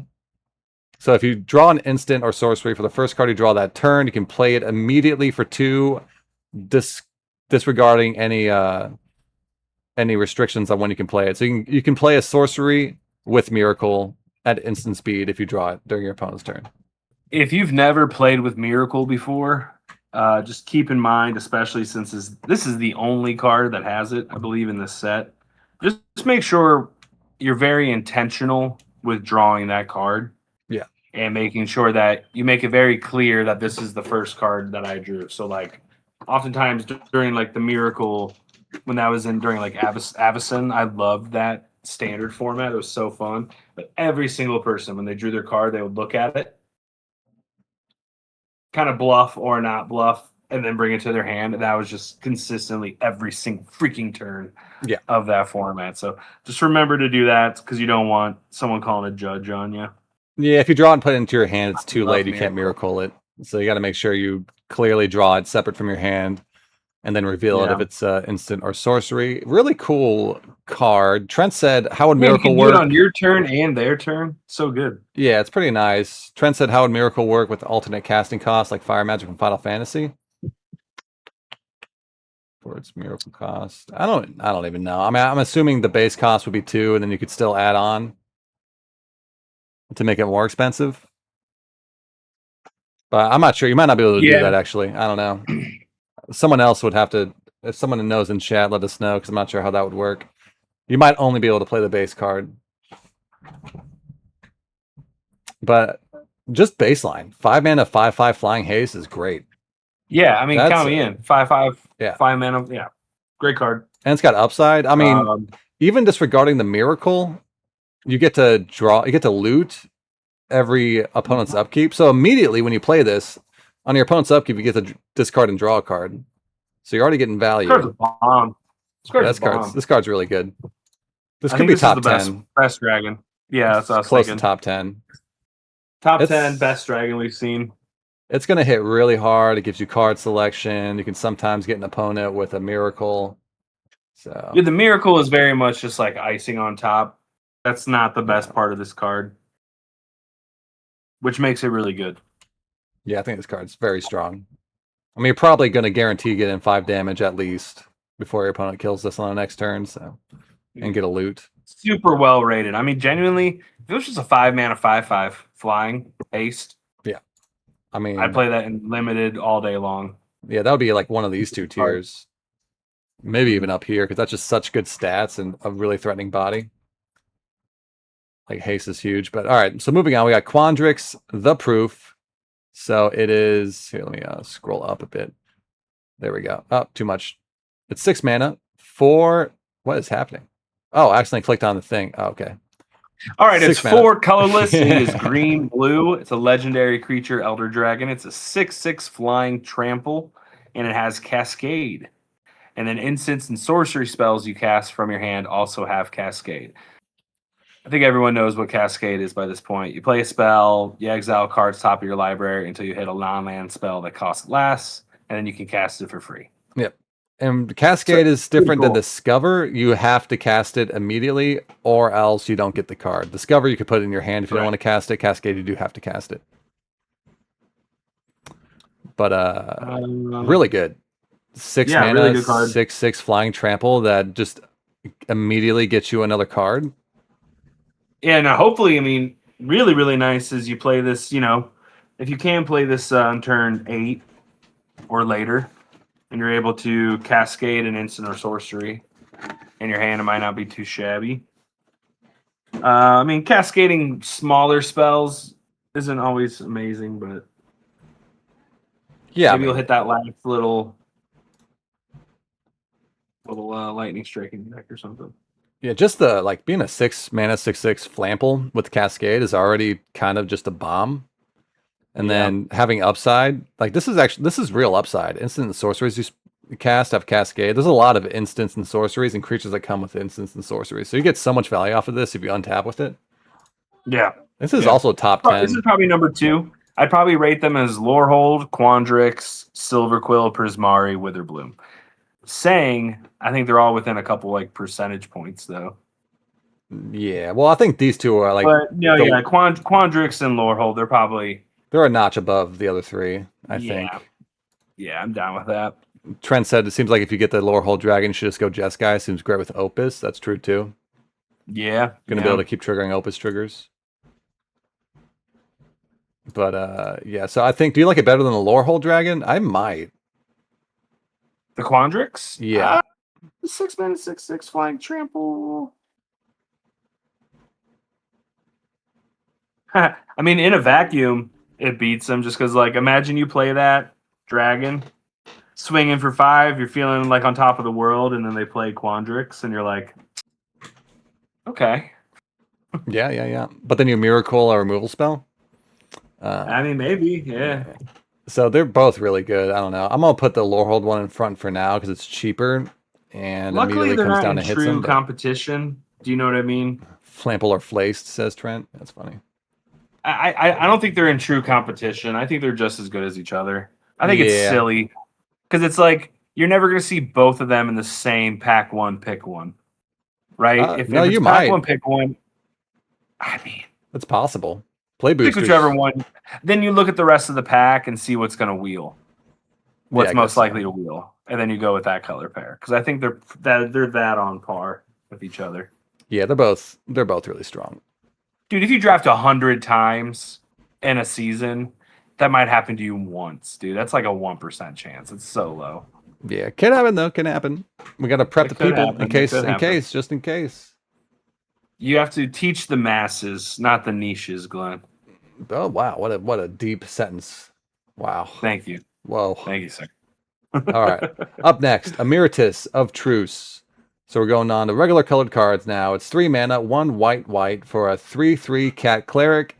It has, when this creature enters, target player creates a 1/1 white and black inkling creature token with flying. Then if an opponent controls more creatures than you, this creature becomes prepared. And then it's prepared spell. Glenn, Okay. Glenn, Pause. Why are you starting on? So now we're going top down. Yeah, now we're going top down. Yeah. Yeah, now we're going top down. Well, we start at the top, so Right. that's Okay, trent. Trent said mass this is card greater than looks niches. awesome. Well, wait, I card didn't looks so finish good. reading it yet. Okay, so I'm sorry. Ugh. so the prepared spell it comes with is Swords to Plowshares. It's an instant. Everyone knows swords. It's cost 1 white. Exile target creature. Its controller gains life equal to its power. Swords is one of the greatest removal spells ever printed in Magic history. Probably the greatest. So good. Card Really seems good. great. This card will probably see standard play. I might put this in my mono white deck. Yeah, it makes a token. Makes a token, gets I me was a thinking about it removal too. spell. Well, okay, so to get the removal spell, you have to have less creatures than your opponent when it enters. Well, shut up. But so that makes it a really interesting Probably play won't happen in pattern my deck then, actually. because you can give your opponent the 1/1 flyer. So let's say your opponent has 2 creatures on board, you have 1. You can play the Emeritus. Give it a fly. Give them the 1/1 flyer. They have 4 creatures. You have 2, and then you can cast a sword. So you're kind of trading a 1/1 for a removal spell. Yeah, this card seems better when you're behind. Wait, can you only prepare it that one time? Yes, you can't. You cannot re-prepare this. Oh. It requires to cast swords. You have to have less creatures than your opponent after getting the 1/1. But you can give them the 1/1 to make it so they have more creatures than you. So it's a really, really interesting card. But the baseline is a 3/3 that makes a 1/1 flyer for 3 mana, which is already just really good. Yeah, And I mean, this is I don't think it's top bomb, but I think it's very good. it's close to it, but yeah, maybe not. But when you're behind, oh man, if your opponent has 4 creatures in play and you have 1, you play this, and then you get the swords, one of their creatures, you're gonna like swing that game around in your favor quite a bit. Yeah. But yeah, great when you're behind. Also fine when you're ahead. A 3/3 and a 1/1's really good. Sometimes you'll gift your opponent the 1/1 to kill one of their creatures, in which case you're kind of trading one of their creatures for a 1/1 flyer. So really good card. I think it's like upper tier of, I mean, I guess I'll try to beat this, but probably not. I feel like if you could consistently... Hey, thanks for the follow, Walmart Pops. Here's a cat. If you can consistently always get the 1/1 and prepare it, it would be a top 10 bomb. But because it is semi-conditional, it can't make that spot. Yeah. Like, best case scenario, it's a 4 mana, 3/3, make a 1/1, and Swords to Plowshares your opponent's best creature. Yeah. And that will come up sometimes in limited. So really good card, very strong. Definitely a first pickable card. I'm not sure it's quite top 10 bombs. It doesn't like break the game when you play it, but still really good. Definitely an A. Yeah. But speaking of top 10 bombs, we got Emeritus of Ideation. So it's 5 mana, 3 a blue and a blue for a 5/5 human wizard. It's got flying, ward 2. This creature enters prepared. When it attacks, you can exile 8 cards from a graveyard. If you do, it becomes prepared. So you can keep re-preparing it, hypothetically. And the prepared spell is the classic Ancestral Recall. 1 single blue mana for an instant to draw 3 cards. We're just doing the Emerituses in a row because they're a cycle. Well, I mean, yeah, it's also in order, so I'm just going to go left to right. Keep going down left to right. Okay. I don't follow rules, Travis, okay? I do what I want. All right. So, all right. This card also seems really good. But also, I mean, at the end of the day, it's a 5/5 flying ward 2 for like 5 and blue. Just that's pretty good. It enters prepared. Yeah. Bro, this card is cracked. Cracked in half. Maybe the best card in the set, I think. Yeah, probably. You should view it more. Yeah, view it more as a 6 mana, 5/5 flying ward 2, draw 3 cards on ETB. That's insane. Yeah, it's insane. I'll put it out I think it's the number 1. It's gonna be the number 1 card in the set. I think it's even better than the Planeswalker. You can also you can re-prepare this. Like, it's possible. If you ever cast Ancestral twice, you just win that game. Yeah, Trent says his Glenn stream. He does what he wants. That's right. Don't you forget. But yeah, this card is broken. Never pass it. I think it's worth changing colors late in like mid pack 2, late pack 2 possibly, just to get this card. Or at least splashing it. Yeah, or try to splash it. It's so good. This card is so good. All right. Your turn. Next Emeritus. We have Emeritus of Woe. It's 3 colorless and a black. It is a vampire warlock. It's a 5/4. It enters prepared. And at the beginning of your end step, if 2 or more creatures died this turn, it then becomes prepared. Then its prepared spell is Demonic Tutor. Search your library for a card, put that card into your hand, then shuffle, and that only costs 1 and a black. Oh, yeah. Pretty nice. I mean, in limited, tutoring's not great, like I said earlier, but it is a real Demonic Tutor, which is the best tutor. And it's attached to and it's a 5/4 body decent for 4. body. Yeah, yeah. Tutoring's not great, but tutoring off of a creature, like that's Mhm. really, it's a 2-for-1. This is another card you probably want to view as a 6-mana 5/4. Get the best card in your deck, put it in your hand. Yeah, do it immediately. Yeah. And then like And they can't repreparing interact. this. They can't interact with it. Yeah, you get priority, so you do get to cast Demonic Tutor before they can kill it. And like repreparing this is not impossible. Oh no, it's very possible. Yeah. So seems like Very, very another possible. banger, maybe top 10. It actually might encourage them to, like, if you hold this back and you just swang in with some like dorks, it might, just let some stuff through. Sure. Let me think. Beginning of end step. Yeah, what you can also do is on turn 6, you can swing in, have 2 creatures die, play this Demonic Tutor, and then reprepare it on that turn. So you can immediately have access to 2 Demonic Tutors. Pretty good. Pretty good. Pretty good. Trent said Imperial Seal is the best tutor. Don't even know what that is. Or Vampiric Tutor. Vampiric Tutor is definitely one of the worst tutors for limited. For constructed, though, yeah, it's really good. Because that's the one you put on top of your library. You don't want to do that in limited. All right, up next. So I put a top 10 bomb. Do you agree? It could be a top 10 bomb for the Emeritus of Well. I don't know. I think it's probably not in top 10. You don't think it's top 10? Okay. This is good. So. Well, this will be a question mark. Like, is this better than Emeritus of Truce? Maybe not. Maybe you're right. Maybe it's not better than Emeritus of Truce. Is that the white one? Yeah.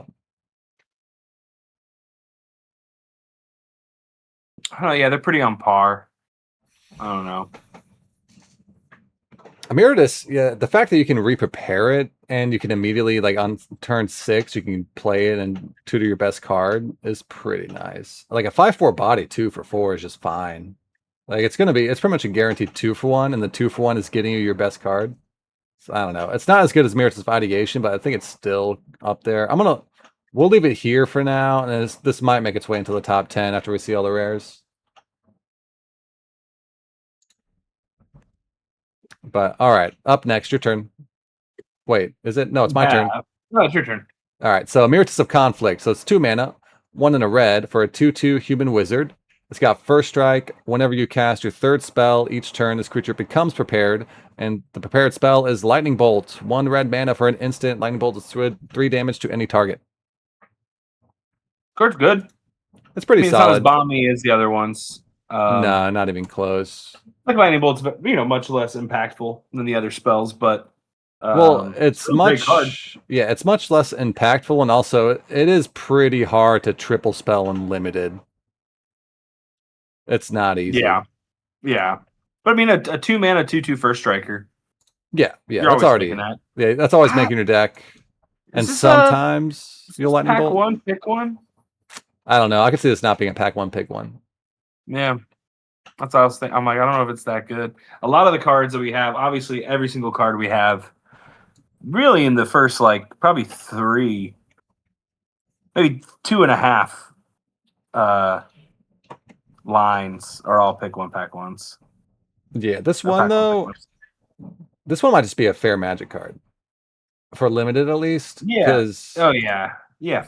Oh, yeah. I'm cool with that. Fair. It's going to be tough to triple spell. It's also going to be way late in the game when you can triple spell, so it's not going to be. This is not going to be relevant until super late game. Isn't there only one card that can prepare other creatures? There's 2 cards in the set. One's a colorless land, and then one's a really bad common creature that you probably shouldn't play. It's an artifact, right? Yeah, it's an artifact. It's like a 4-mana 3/4 when it enters prepare something or unprepare something, something like that. Yeah. So yeah, it's not. You can blink it though. Blinking it Yeah. Well, actually, no, you can't even blink this because it doesn't come in prepared. Yeah. So yeah, I don't know. It's just a fine card. You're always going to play it because it's a 2/2 first striker for 2, which is fine. But all right, this next one's also sweet. Your turn. Emeritus. Emeritus of Abundance. It's 2 and a green. It's a elf druid. It's a 3/4 with vigilance. This creature enters prepared, and whenever this creature attacks, if you control 8 or more lands, this creature becomes prepared. Its prepare spell is regrowth. That's 1 and a green. Return target card from your graveyard to your hand. I like this one. Mm-hmm. And this one Oh, yeah. seems very easy to re-prepare. Mhm. Regrowth is such a good card. Dude, if you ever have this in multiples, you like win the game, kind of. Yeah, that's true. I mean, you basically win Yeah. the game if you have 2 of these. I mean, in a grindy, you know what I'm talking about. Well, yeah, I That mean, you attrition, can keep. that attrition war. Yeah. Yeah. Well, they recur each other, so you can get the other one back. Exactly. And they're also not legendary. You can play 2 of them if you want to, but Sure. And it Yeah. enters prepared. Quick comment on prepared. They're not counters, right? A creature is just prepared or No. not prepared. no, they're not counters. No. Okay, cool. Yeah, so you can't like rack up prepared counters and cast multiple prepared spells. Yeah, because they're not counters. Okay, cool. I would put this I put this pretty high up. Yeah, this is really good. I mean, 3 mana, 3/4 vigilance is already good. Good stats, good Really ability, good stats. good on defense, good on offense.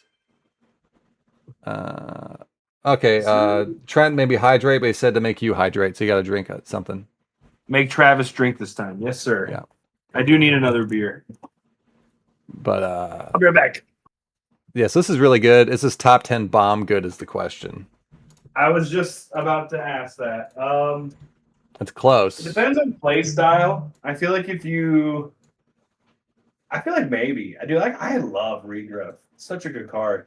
It's I pretty mean, especially nice. if this is an amazing like pack 2 pick 1, or it's an amazing card where someone doesn't see the beauty in it and you pick it up late somehow. You're Because it's never like if you have some cards that you just love and want to protect and recur, regrowth is just like another copy of that card in your deck. So, and this can do it multiple times. This is so good. I will say you're never getting this card late. Top 10 bomb. There's Top 10 bomb. Top 10? Okay, yeah. There's no way you're ever going to this card late, though. You have to pick it early to get it. It's really strong. I think it's the second best emeritus. I don't know about that. I mean, because, let's see, baseline is kind of like a 5 mana, 3/4, put target card from a graveyard to your hand. I guess they're very similar, actually, the black and the green one. Because they're both about, like, you know, one's recursion, one's tutoring, which are they're kind of both about getting your best card, you know? Yeah, but I mean, your best card has to be in your graveyard Yeah, for okay. this to really be. Third. I think it's a little. You're right. We still have a lot of cards, and we only have 3 more spots. So, okay. I think it's a little I'm worse than the black one. Maybe, I don't know. They're all really good. We'll have to see. They might move up to top 10 bombs, but I want to see what else. I think we it's got better. first. I think it's better than the white one. Yeah, I think so. Yeah, white one's really good on rate too. They're all like the white one's the best one just on rate. A 3/3 that makes a 1/1 flyer is really good. They did good on this cycle. This is a very they're- good cycle. They're really sweet. Travis didn't drink yet. Trent said he demands liquids. Are these the only? Have we not seen? Are there no You cut out. You're saying multicolored emeritus? multicolored rare prepared cards? I think we Other- saw any, right? There might not be. Uncommon. There are no.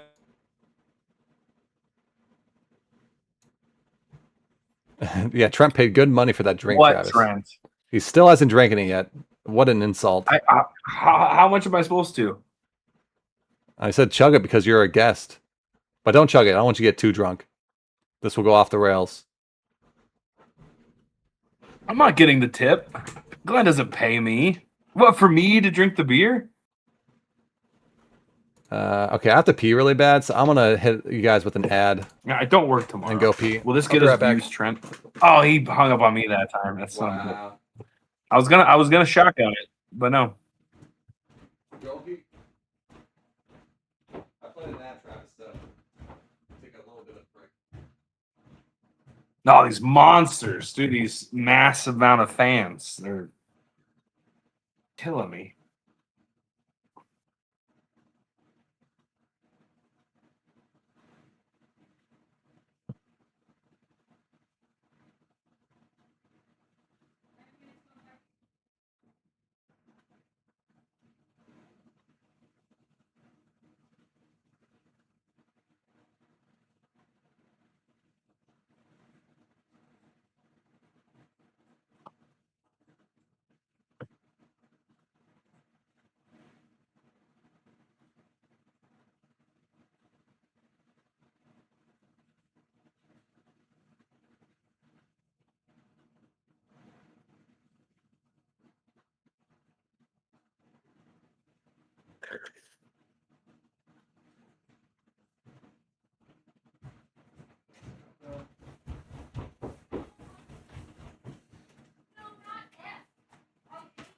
Phew, okay, I'm back, guys. Don't worry. Don't worry, we're back. Oh no, we lost somebody. That's all right. Travis? Travis? Is he also going P?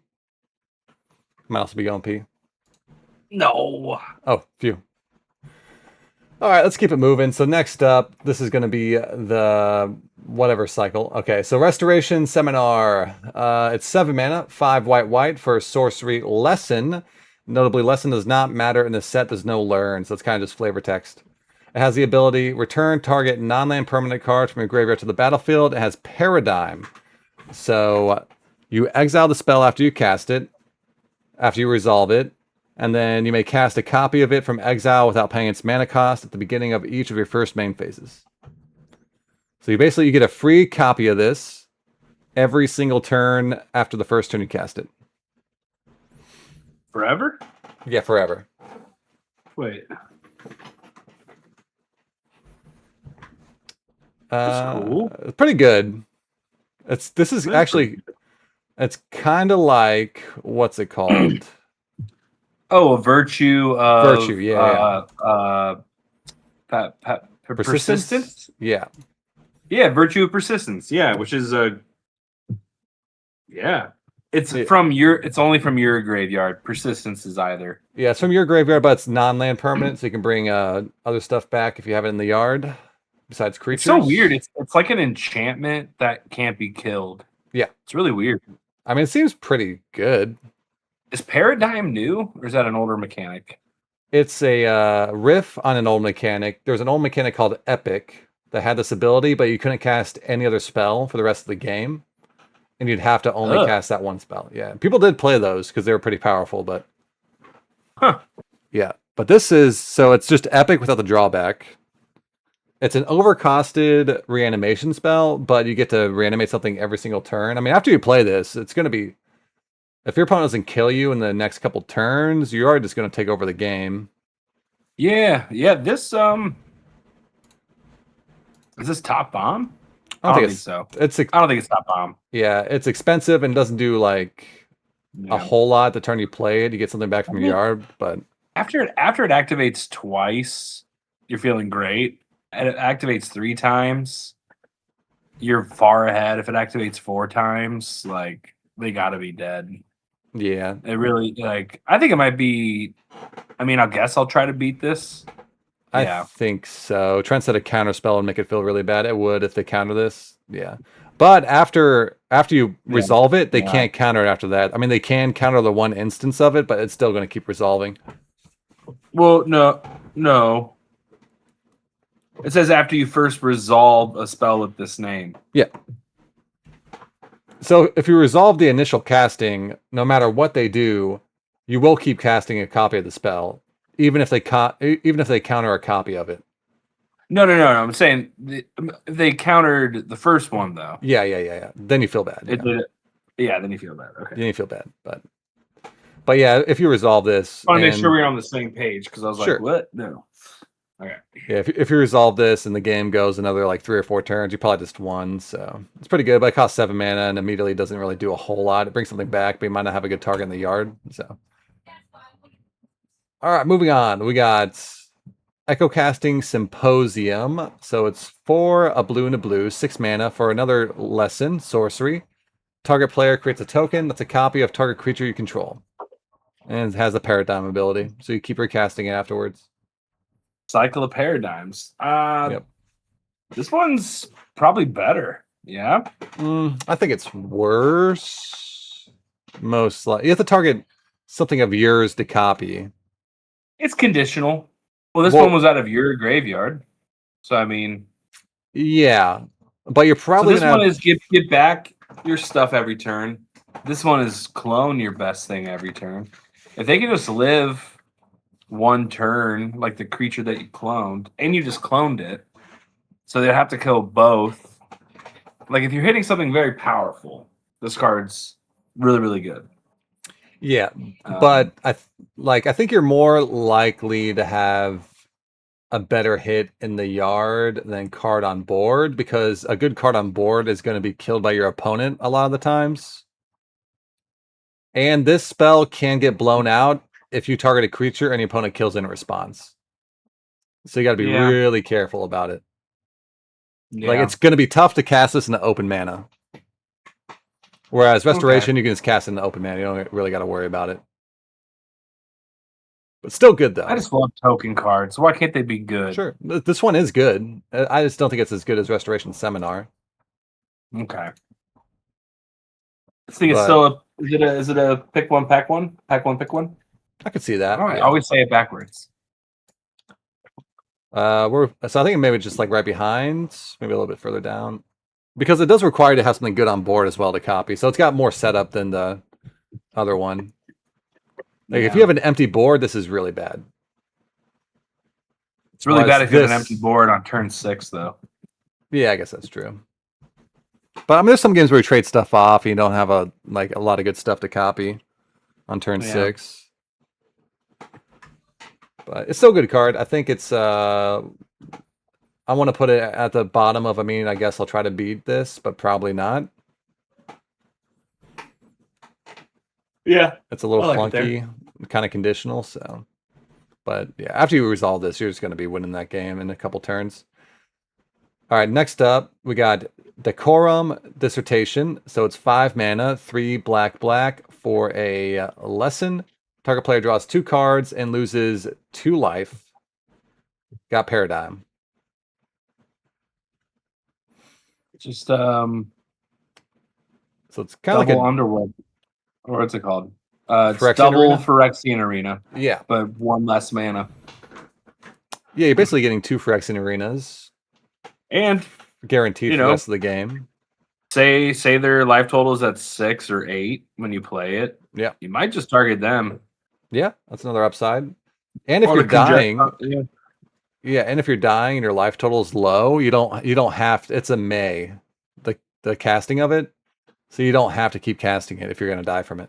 Oh wow, you may cast it. Yeah. Wow, that's so good.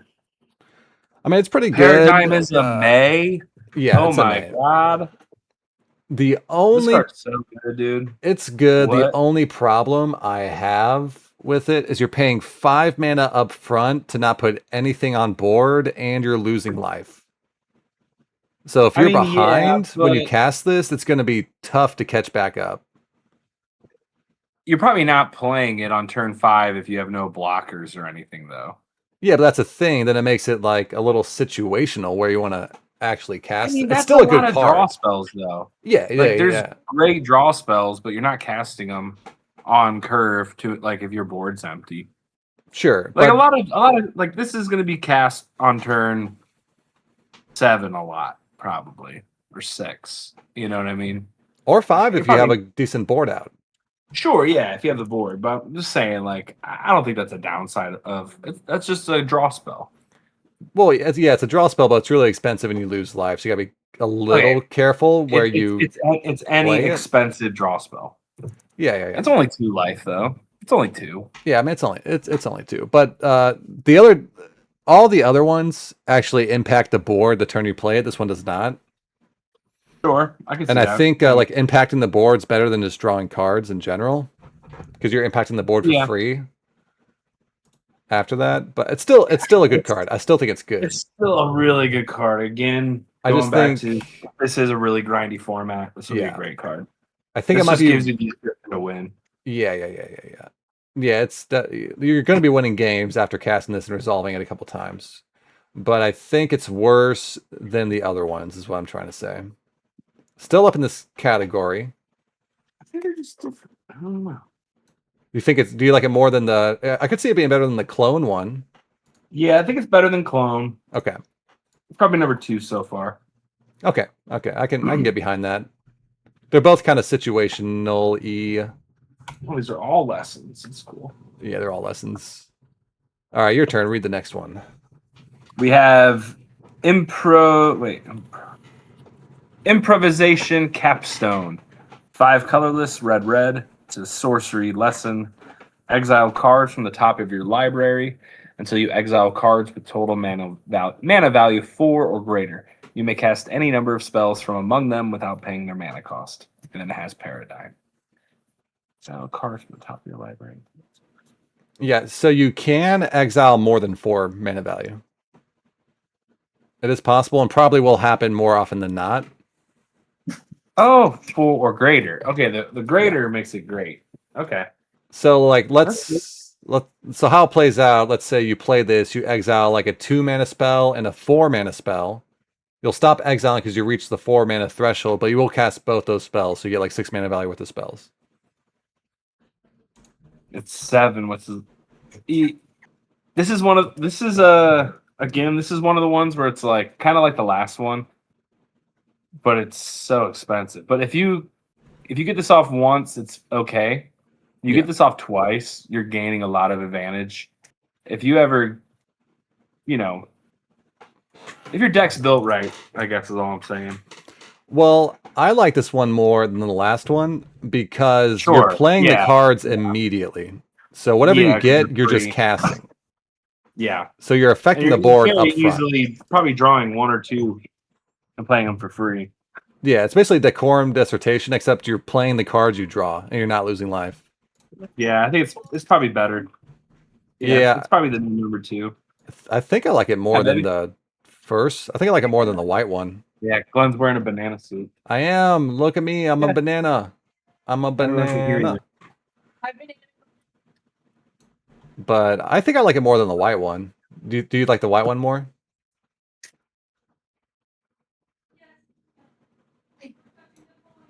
This one's less conditional and they cost the same. Yeah, it's less conditional. Like you're guaranteed to get something out of it every single turn. It does say spells, so you lose all your lands. Yeah, but you don't want to be like having your lands stop you from casting your spells. And at that point, you don't really want your lands anyway if you're at 7 mana, so. Good point. That is a very good point. Yeah, it's probably, I don't know. I think I like it a little better than the Reanimator one. Yeah, like I said, it's less conditional, so it is probably better. I could see either way, though. I could see either one being better. I'll have to see how the format shakes out. That might just be I win the game. That might be a top 10 bomb. The capstone? It could be. I mean, that's just like so much value turn after turn. It might just be like I win the game because, yeah, that's really strong. It's going to be hard for your opponent to catch up after you play this. Okay, well, we'll put it at top 10, bottom tier for now. Yeah. But it's a very strong card. All right, up next, we got Germination Practicum. So it's 5 mana, 3 green and green for a sorcery lesson. I got a burp. Put 2 +1/+1 counters on each creature you control, and it's got Paradigm. Huh. It's also pretty good. Yeah. Dude, if you have a really congested, and if this is in Witherbloom, they go wide. Yeah. This card's awesome. And it's only 5 mana. It's very well costed. Well, I was looking it up, and usually we've never seen a spell do this that's this cheap. Usually it's 6 mana to put 2/1 counters on each creature you control just for one time. It's like you're getting to cast 2 free anthems every turn. Yeah. That's crazy. This, like, if you have any sort of board, you're gonna easily win the game with this card. I think I like it more than the red one. Yeah, just because of how cheap it is, I think it's better. Yeah. Yeah. Like imagine having just 2 or 3 creatures in play. You're gonna outsize your opponent like immediately. And it's not just those one. Like it's the new ones. It's so good. Yeah, it's a really good card. Very, very good. There was a card that was similar to this in another format. It might have been Okay, it's Khans not or something. exactly 2 anthems every turn, but okay. Sorry. Go Pretty on. much, no, pretty much is. There was a card that was similar to this in another format that was like one of the best bombs in the set. So I expect this to be very good. All right, so on to some regular cards here. Yo, I your just got turn. 1,000 orbs. Wait, you redeemed Oh. hats off? Son of a. Okay, well, this is gonna be really tough. Hang on a second. Wait, what's that mean? What'd I do? I gotta put on a hat. I don't know if I can put it on top of my banana. Can you see it? I'll wear a wig on top of my banana. Wait, did I just get 1,000 orbs? Yeah, you used 1,000 channel points for this. I hope you're happy. Wait, I just used them? Yeah. What? No, I thought I was redeeming them. Oh no, that's what redeeming means. No, I'm Wignana. Trent said I'm Wignana. All right. Well, that sounds like a slur. Careful. it does. All right, your turn. Read this card.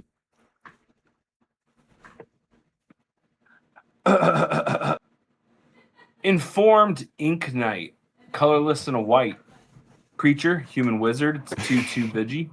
As repartee, whenever you cast an instant or sorcery that targets a creature, create a 1/1 white and black inkling creature token with flying. This card looks sweet. Yeah, this is very strong. Oh yeah. Yeah. Very, very good. Probably the best repartee payoff we've seen. Yeah, right? that's Especially at the 2-drop. I mean, it's not even once per turn. Yeah, it not being once per turn is kind of crazy. You can really pop off with this. And it could be on their turn too. Yeah. Oh you yeah. get like surprise blockers. You This can. card's That's amazing. That's a good point. Yeah, you can cast removal spell during their turn when they attack at a 1/1 blocker. Dude, you get some blowouts with this card. This is close to the top 10 bombs, I think. It's so efficient for 2 mana. Yeah, that's crazy.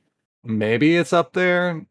I mean, it does die easily to a lot of stuff. It might be top white. Who knows? I know it's the first. One, it's two, one of the three, first 4, white 5, cards we 6, looked at, 7, but 8, 9, white 10. rares. But might be the. Give me one of them. Oh, one Pringle. No, I'm gonna take them both, so I can do the duck lips. I don't know. Do you want to put it in top 10 bombs for now, or just put it up here for now? I guess I'll beat this. I mean, I guess I'll try to beat this, but probably not. What are you? Probably top 10? Okay. Travis is a duck and I'm a banana. He's a duck and I'm a banana, and this is the show. Welcome to Duck and Banana time with your host, Duck and Banana. I hate my lips. I gotta hydrate. You could have made him drink 10 times, dude. What the hell? Please don't. Dude, I drink so much water streaming because my freaking viewers love to make me chug water. That's so funny, dude. You should make it like 10 push-ups or something.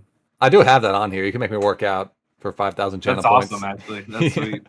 You gotta do 20 push-ups, 20 sit-ups, or 20 squats. Your choice. But Glenn and I used to do landscaping, and in between tractor loads of mulch, dude, like they'd take like 20 minutes to bring mulch to us. We'd rake mulch for 5 minutes, and then we would just do nothing for 15 minutes. So like I would just chill and like look at my phone and bullshit with Glenn, and Glenn would literally be doing like crunches and push-ups. Like 15-minute interval sets for like hours. It was crazy. I'm not gonna waste that time doing nothing, Get my workout in. Doing nothing. I'm efficient. Hanging out with your best friend. That's nothing. Yeah, that's not enough for me. All right. Anyway, Mathemagics. So that's XX blue for sorcery. This is a fun one. Target player draws 2 X cards, 2 to the X power cards. So 2 to the 0 power is 1, 2 to the 1 power is 2, 2 to the whatever. It says it here. I'm not gonna read them all. So for 6 mana, you can draw 4 cards. Yeah. Or for 8 mana, you can draw Yes. 8.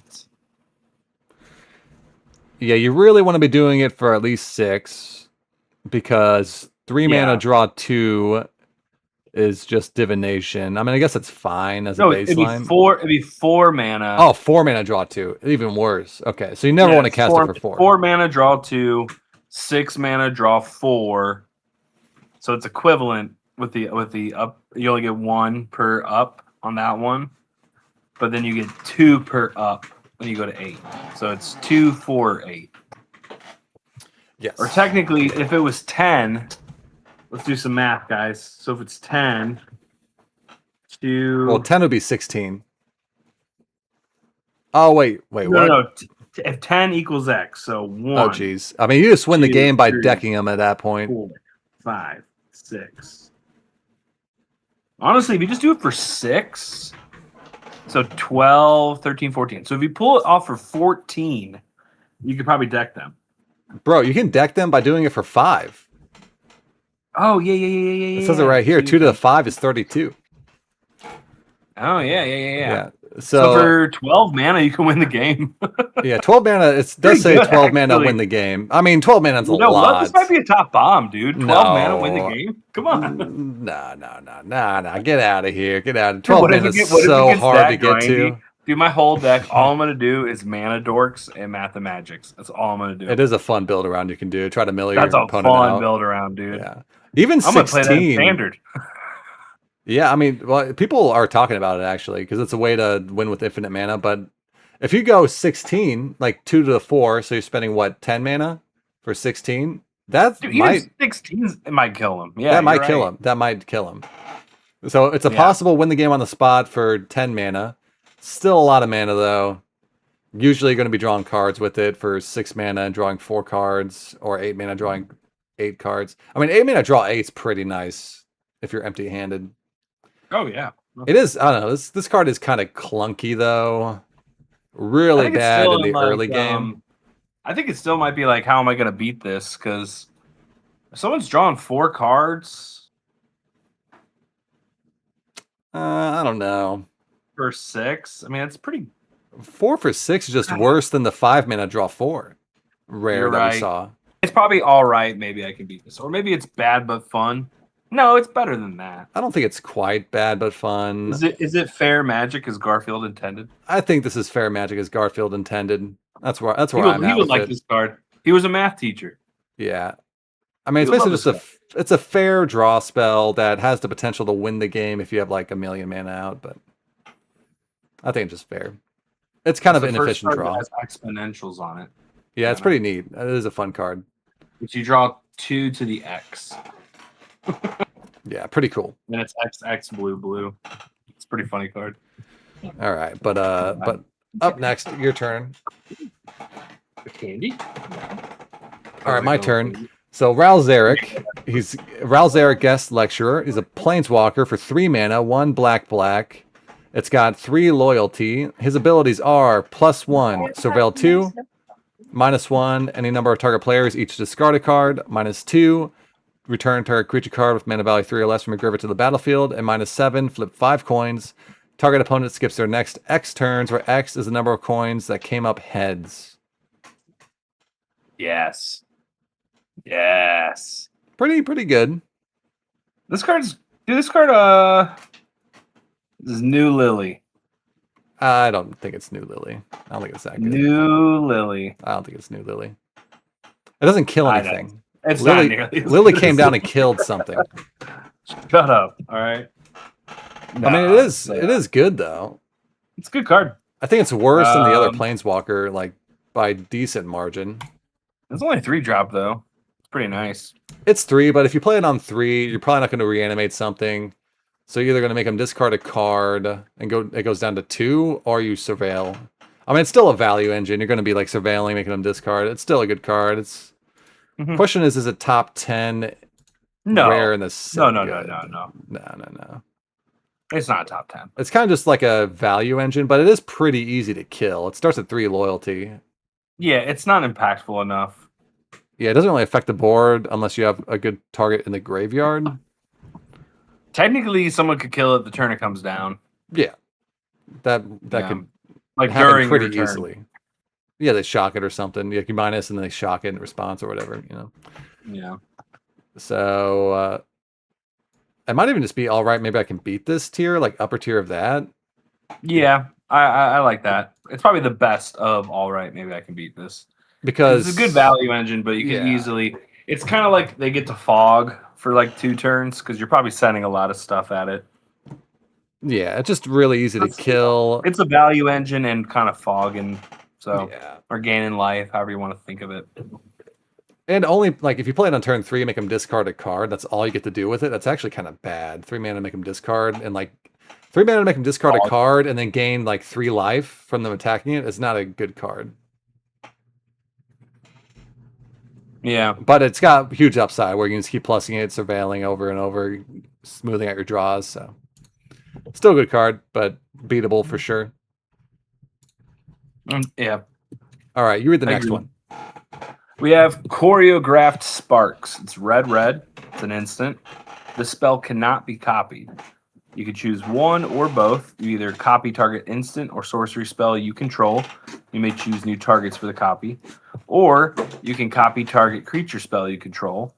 The copy gains haste, and at the beginning of the next end step, sacrifice this token. Pretty cool. I think this card's good because there's going to be a lot of good ETBs. Like, I think this card's decent early, and it's great late. Well, early you need the extra 2 mana to copy something, though, so it's going to be hard to play early. What? Why would you need an extra 2 mana? Because you got to cast a spell and then copy it. Oh, sure, but even if you get the bottom part, copy something. If it has a good ETB, you know what I mean? Yeah, but if it's going to have a good if ETB... If it has a good enough ETB, that's kind of like a Cloud Shift and a Clone that you have to sacrifice at the end step. It's not bad. Yeah, but if it has a good ETB, it's going to be late game, right? Because all the good ETB cards are going to be more expensive cards. I'm just saying, like, if it was turn 4 and you had a decent ETB, you might cast it. If you don't have anything better to do, you'd be happy with casting it still, I bet. Yeah, but like, I get to draw a card and get in for 2 mana or something like, it's pretty good. Is that even that good though? Drawing a card and dealing 2 for 2? I don't know. Yeah, it could be. I think this card's fine. Imagine 1 extra mana you shock, but it's a cantrip. It's not bad. I mean, it just depends. It depends on what your deck has. And also, I don't think it's like a bomb by any means, but yeah. It's weird. Like the best thing you can do with this is to cast an instant or sorcery. You just have to cast a creature, cast an instant in response to the creature, and then cast this and copy both. It's like the best thing you can do. Oh, it's copy target creature spell you control. Yeah, it's not creature on board. Yeah. Dang, you're so good at reading cards. Yeah. Thank you. Dude, you know how often I accidentally cheat at pre-releases? And people just let me get away with it. Yeah, read the cards wrong. We've all been there, though. They're new cards. Dude, so, like, almost every pre-release, I'll be like 3-0 or something at the top table, and I'll do something, and someone will call me out because they're actually a good player. I'm like, oh, I've been doing this all night. Oops. Yeah, okay. I mean, I've done that before too, though. This card just went way down. This is like the other card that happened earlier. Yeah, this card just went way down for me. Yeah, it's kind of a little too conditional. Way too conditional. It's finicky. I can see it like not being bad though. Yeah, I mean, it's like you pick it up and try it out, maybe board it out. This actually might just be bad but fun. Yeah, I think it's bad but I don't fun. know. It's a lot of setup. It's a 2 mana tax on whatever you're casting. You got to have double red as well, which is a hard casting cost on top of the spell you're casting already. Like imagine casting a red spell. Yes, wait. You would have to cast a creature, but in response to the creature, cast an instant. But in response to that instant, cast this. Yes. That's if you want to get both modes. Value out of it. That's insane. The creature mode is probably the worst one. You want to copy a good instant or sorcery. Yeah, I was reading it as copy target creature you control. Yeah, that'd be a lot better. Creature spell. That'd be a lot better. If it was creature you control, that's Okay. Because then you could set it up. You know, you have a creature on board, cast an instant, copy both. But yeah, you can't do that. This one seems finicky, but it seems fun. I'll probably try to use it at some point, but it's probably bad. Yeah. All right. Up next, we got Vastland Scavenger. So it's 3 mana, 1 green green for a 4/4 Bear Druid with Death Touch. This creature enters prepared, and its prepared spell is Bind to Life for 4 and a green instant. Instant's pretty cool. Mill 7 cards, then put a creature card from among them onto the battlefield. Well, that's cool. It's pretty good. Yeah. On rate, it's real. Like 3 mana for a 4/4 Death Touch is great. You would always play that. You probably you would never cut that. I would have splashed this into like a lore hold deck too. Double I green think- might be kind of tough. I know double green, but that's strong. Yeah, And it would help. It would help you fill your graveyard. I mean, just the Bind to Life. I wish it was just that. Right. But Man, yeah, I mean, 4/4 Death Touch for 3, dude. Is this going in your standard deck, Glenn? I don't know. Could be. Could be. Dude, It's it's a possible. 4/4 Death Touch for 3. Yeah, and the Bind to Life is actually pretty good. I mean, Yeah, looking dude. at the top 7, putting the best creature from among them onto the battlefield for 5 Pretty mana huge. is actually a really good rate for that effect. You play this, then you get an Axebane Ferox Sure. off of a Bind to Life. What's a good chance you would. I run like 4 of them, so. Yeah. But yeah, I mean, it's a great mana sink later in the game. I mean, turn 3, cast this. Turn 4, play a different creature. Turn 5, Bind to Life. Seems like a really good play pattern. On top of an already well-statted creature. I got a drink.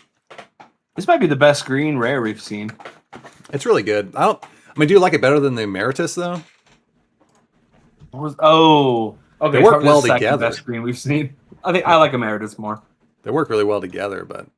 I yeah. already put this in here. I don't know how to delete these either.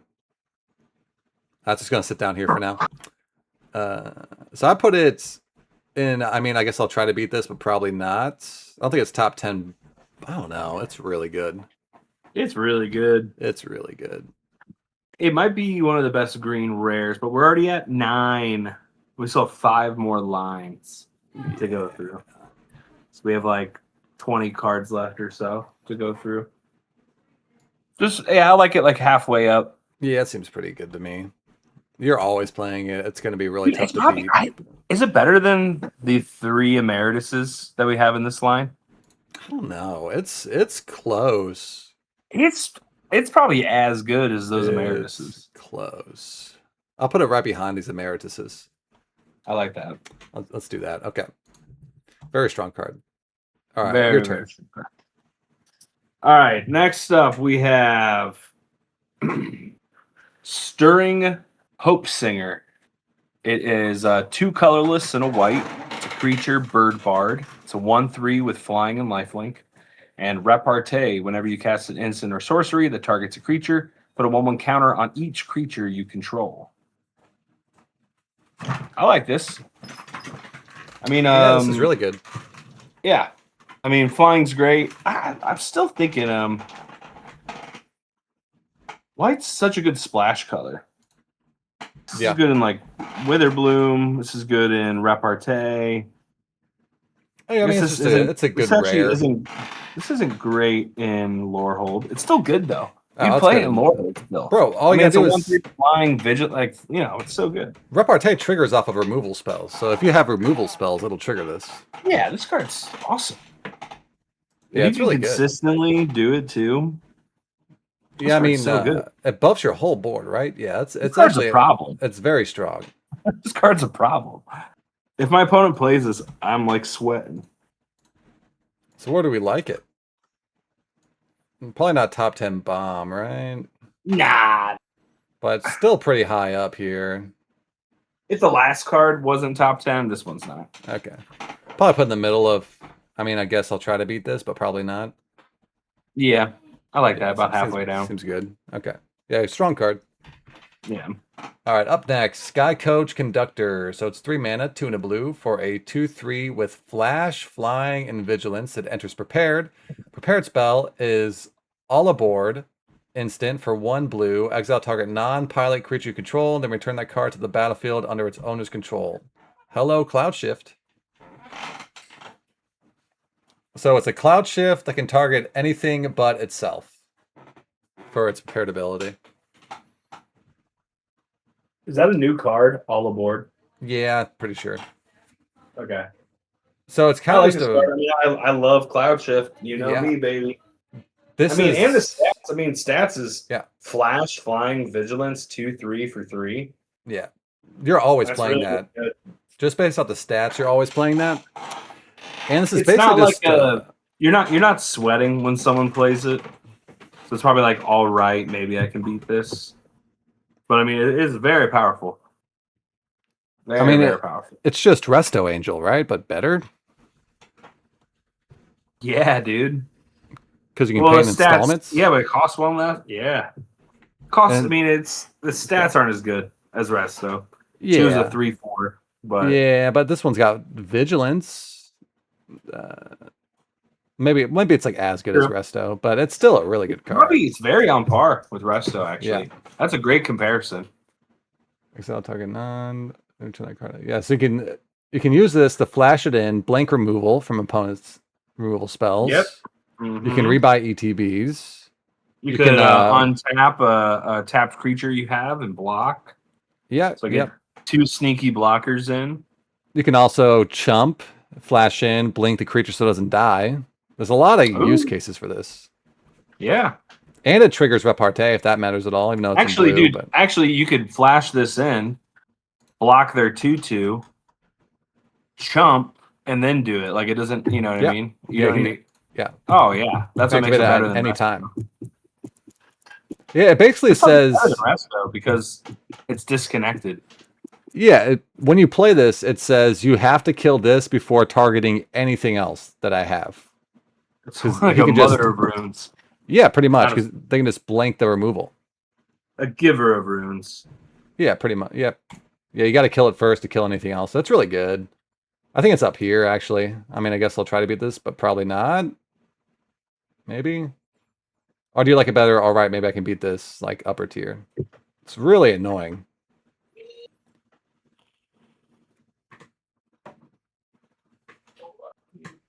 What do you think? I think it's good there. Up here or up here? Oh, I forgot. There's a delay, so yeah. Probably top of all right, Okay. because it kind of depends on what you have to target. So it's going to be really good, though. Yeah. But it's beatable. I don't so- know. It's probably a pack one, pick one, though. I'd probably pack one, pick one this. Yeah, I mean, most of these cards, you'd pack one, pick one. Yeah, they're And maybe I rares. can beat this, yeah. This is where these are the cards you might not pack one, pick one. But all right. You get some of the later ones, look a little more conditional. All right, moving on. All right, up next we have Withering Curse. It's a colorless You got it?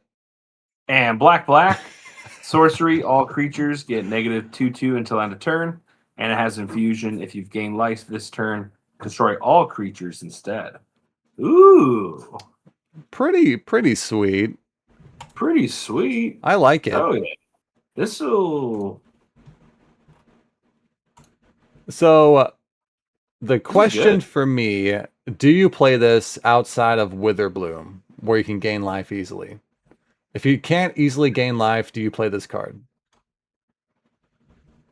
Maybe if you're doing like a Mard, I don't know. I think there's some repartee stuff and there's some life linking. I mean, it's white-black. That's a very classic gain life Not archetype. for- It still had some gain life stuff. Yeah, in black. black, but not much in white. There's like some lifelink creatures, I think, but that's about it. But I mean, that still works. Trent says that card is a house. Are you talking about the one we're talking about right now, Trent? The Withering Curse. It's gonna for sure be a house and constructed. For sure. It's very, I mean, it's a kind of a modal spell. Mm-hmm. But it is also just a board wipe, and board wipes aren't always that great if they don't give you anything on top of just wiping the board. Sure. I mean, as far as like removal goes, because removal is almost never top 10. They're not Yeah. necessarily bombs. They're removal. Yeah, unless you get like something on It's top of very the good removal. Very good removal spell. Very Is good. it just on top, like top tier, fair magic as Garfield intended? I think it's better than fair magic. 3 mana, destroy all creatures. I know there's some conditions to it, but I mean that's like split up in But a you have, way. you have to also think if you're gaining life, It's you a worse split up. probably yeah. You're If you're right. if you're getting life, you have something on board that gains you life, so you're losing something on board probably Yeah. if you gain the It's a life. worse split up. Fair magic. I'm I down with think it's that. like top tier fair magic. It's a good card. Definitely you should play it in most decks. But all right, up next we have Magma Blood Archaic. So it's I don't know how to describe these. 2 colorless or red, 2 colorless or red, 2 colorless or red for a creature avatar. Trample Reach. It's a 2/2. And it has Converge. This creature enters with a 1/1 counter on it for each color of mana spent to cast it. Whenever you cast an instant or sorcery spell, creatures you control get +1/+0 until end of turn for each color of mana spent to cast that spell. Okay. Has there been a lot of I guess there's been a couple. Like a converge payoff. Yeah. Oh, for sure. But I mean, even if you're in like a definitely. 2-color deck, Yeah. At it's its a best. 4/4. It'd be a 4/4 Yes. for For 1, 4, 2, I 3, think, 4, right? 5. It'd be for 5 if it was for an extra color. Would it be for 5? Wait, so you pay, let's say you have blue and green. All right, blue and red. So it's 1 red, 1 red, 2 blue. No, you can cast it for 4. No. If you have anything other than red, the minimum you can cast it for to get it'd be like blue green, right? And then I see what you're saying. If you had Yeah. 2 red. Yeah, if you Okay. pay red, red, and then Well, blue, red. yeah, in a 2-color Okay. deck, it could be a 4 mana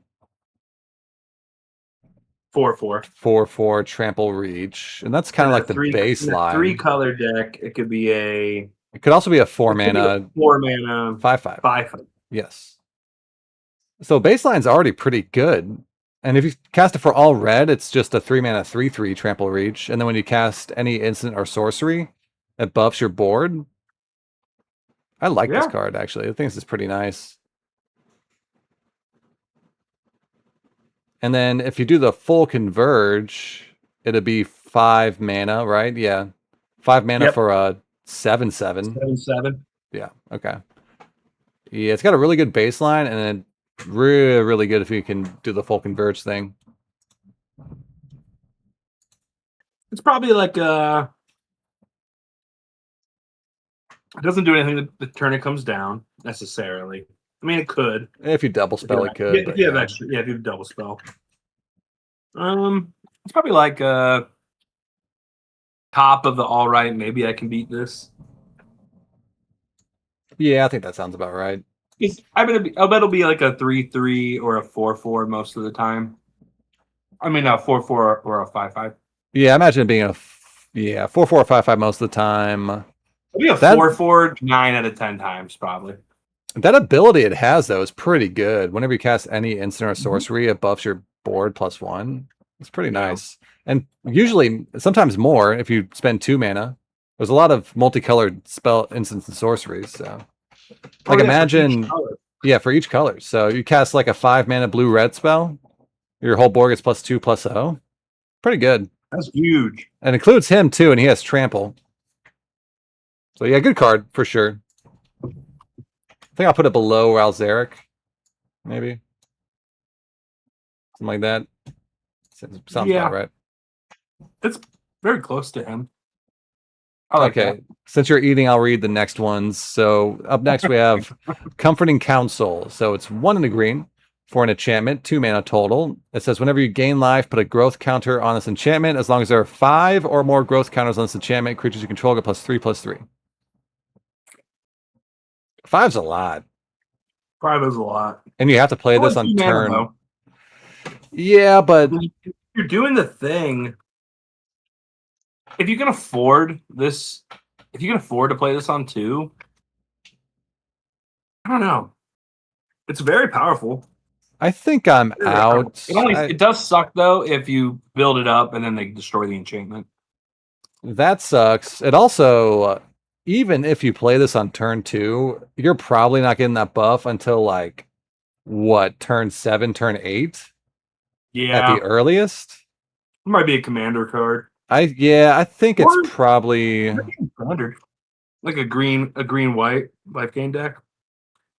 I could see probably pretty cool in Commander. I think this is just a bad card. I don't think you should play it. Trent said 5 triggers makes it a do nothing enchantment most of the time. Terrible top deck. That's true too. If you don't play this on 2, it's like useless. You gotta get it down on 2, and then you're not playing a 2-drop. You're just playing an enchantment that's not doing anything for like 6 turns. How about this though? You get it out on 2. On turn 3, you get like a couple triggers off of it, but maybe by turn 5, in like a very dedicated deck that's going very wide, I bet you can get like a turn 6 kill off with this or something, or like a turn 5 kill if it was super dedicated. Sure, Again, that's probably like a 1 in 40. Yeah. That's the dream scenario, and I think more often than not, it's just gonna do nothing the entire game, and you wasted 2 mana. Yeah. You're not guaranteed to get up to 5's a lot. That's a lot of triggers to have to get. Because you play it on 2, and your opponent is like a little like, that's going to be a problem, but I have 5 turns to find an answer for it. Yeah. I don't know how to get rid of this stupid thing. Yeah, whatever. Is there like a trash button? What if you just right-click it and delete? It's not an option. Oh. I don't understand. Back? Oh, fuck. Please, no. Oh, no, Travis. Did you just delete everything? No. No. No. Hey, this is a new streamer in the making, people. He's learning. Back might mean it takes the photo back, not the entire fucking tier. Oh my god. Trent's making me hydrate. I don't know what to do. I'm panicking. I do need to hydrate. It's okay. It's okay, buddy. He clicked back and he deleted like he had like a. Can I get it back? He's using a website that you probably see like in names and stuff. And like you could change all of these. Oh, like to say. It doesn't save. Yeah, we changed it to say certain things, and we've been ranking the cards, and we only have like 20 cards left to do, or 15. Crystal Force is making me hydrate. All right, one second. I gotta get more water. Son of a. Wait, we have more than I think. We have 5, 10, 15, 20, 25, 30. Ugh. I hit my live. 27. We have 27 cards left to do. 28. 27.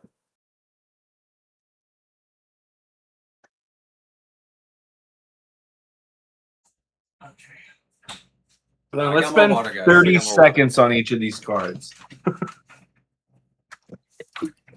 All right. Hey, what's up, Bowser? Do you want to found me in my darkest moment? Do you remember where each one was exactly? We can just put it back on. It's so annoying, dude. Top 10 bombs. Can we spell bombs right? I don't remember what the categories are. What were the categories? I guess I'll try to beat it, but something. I'll try to beat it, but probably not. All right. I might be able to beat this. But real quick. Yes. What's the plan here? One step at a time. I'm trying to remember what the categories are. One step. Why are you playing this? Oh my Bad, but fun. And then we had one more.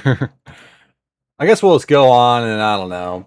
Oh, fuck, screw it. I mean, it's going to be in the stream, the tier list. You can see it at the end. So, yeah, as Garfield intended. Okay, so.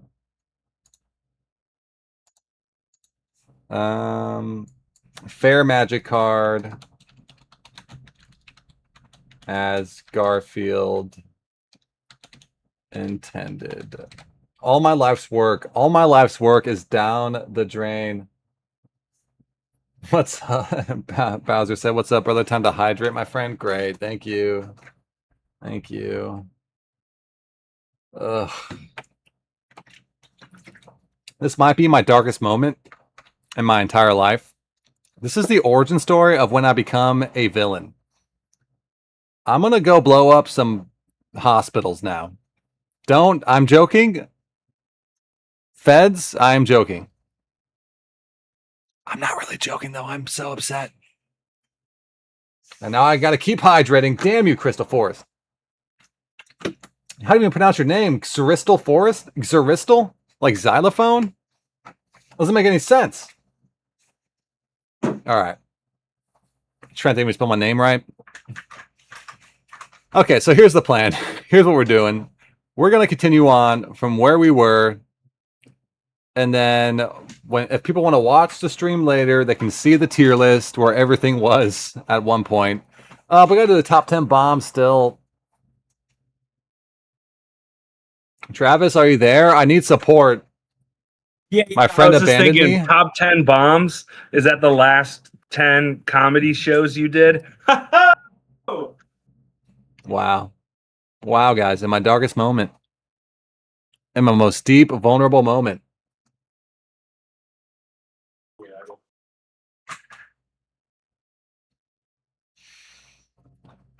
Look, I know I look like I'm in a silly mood right now because I'm a banana, but I'm legitimately very upset. Why? I'm upset at myself. I'm upset at the website for not just auto saving. It didn't even say, "Are you sure?" That's crazy. All right, bud. We'll just continue. Let's blow through these. We'll just continue. We're gonna All blow right. through these. We got this. All right. Up next, you read it. I'm gonna sulk. We have Erode. It's 1 mana, an instant. Destroy target creature or planeswalker. Its controller may search their library for a basic land card, put on the battlefield, tap, then shuffle. This card seems good. I mean, ramping them's not great, but I mean, 1 mana removal spell. Yeah, I think in limited, it's not as. Fair. Yeah, it's not as good as it is in constructed, because cards aren't as powerful, so they're not as worth ramping your opponent for. Still fine though. If it's later in the game though, if they're already at like 6 or 7 mana. Yeah, Right, you want to use this as a double spell turn. You never want to use it early in the game because it's bad to use it early in the game. But Sure, yeah. It's probably a fair magic card. I'll say fair magic. It's just fine removal. It's got to make sure you use it right. Actually feels like it should have been a card by now. Is that a reprint? Wait, what? Are you joking? Yeah. Okay. Phew. I was about to kick you off the stream. All right. Anyway, so up next, Jadzzy, Steward of Fate, 3 mana, 2 and a blue for a 2/4 human wizard legendary. When it enters prepared. When it enters, draw 2 cards and discard 2 cards. And its prepared spell is Oracle's Gift, XX in blue. For a sorcery, create X, 0/0 green and blue fractal creature tokens, and put X/1/1 counters on each fractal you control. And there are fractals in the set, so this might buff other creatures. Pretty good. I mean, yeah, it's not bad. 3 mana, 2/4, draw 2, discard 2. It's not like busted or nothing, but I mean, let's see, Oracle's Gift, you do it for 2. You get 2 2/2s. Yeah, pay 5, you get 2 5 mana. 2/2s. Pay 7, you get 3 7. 3/3s, though.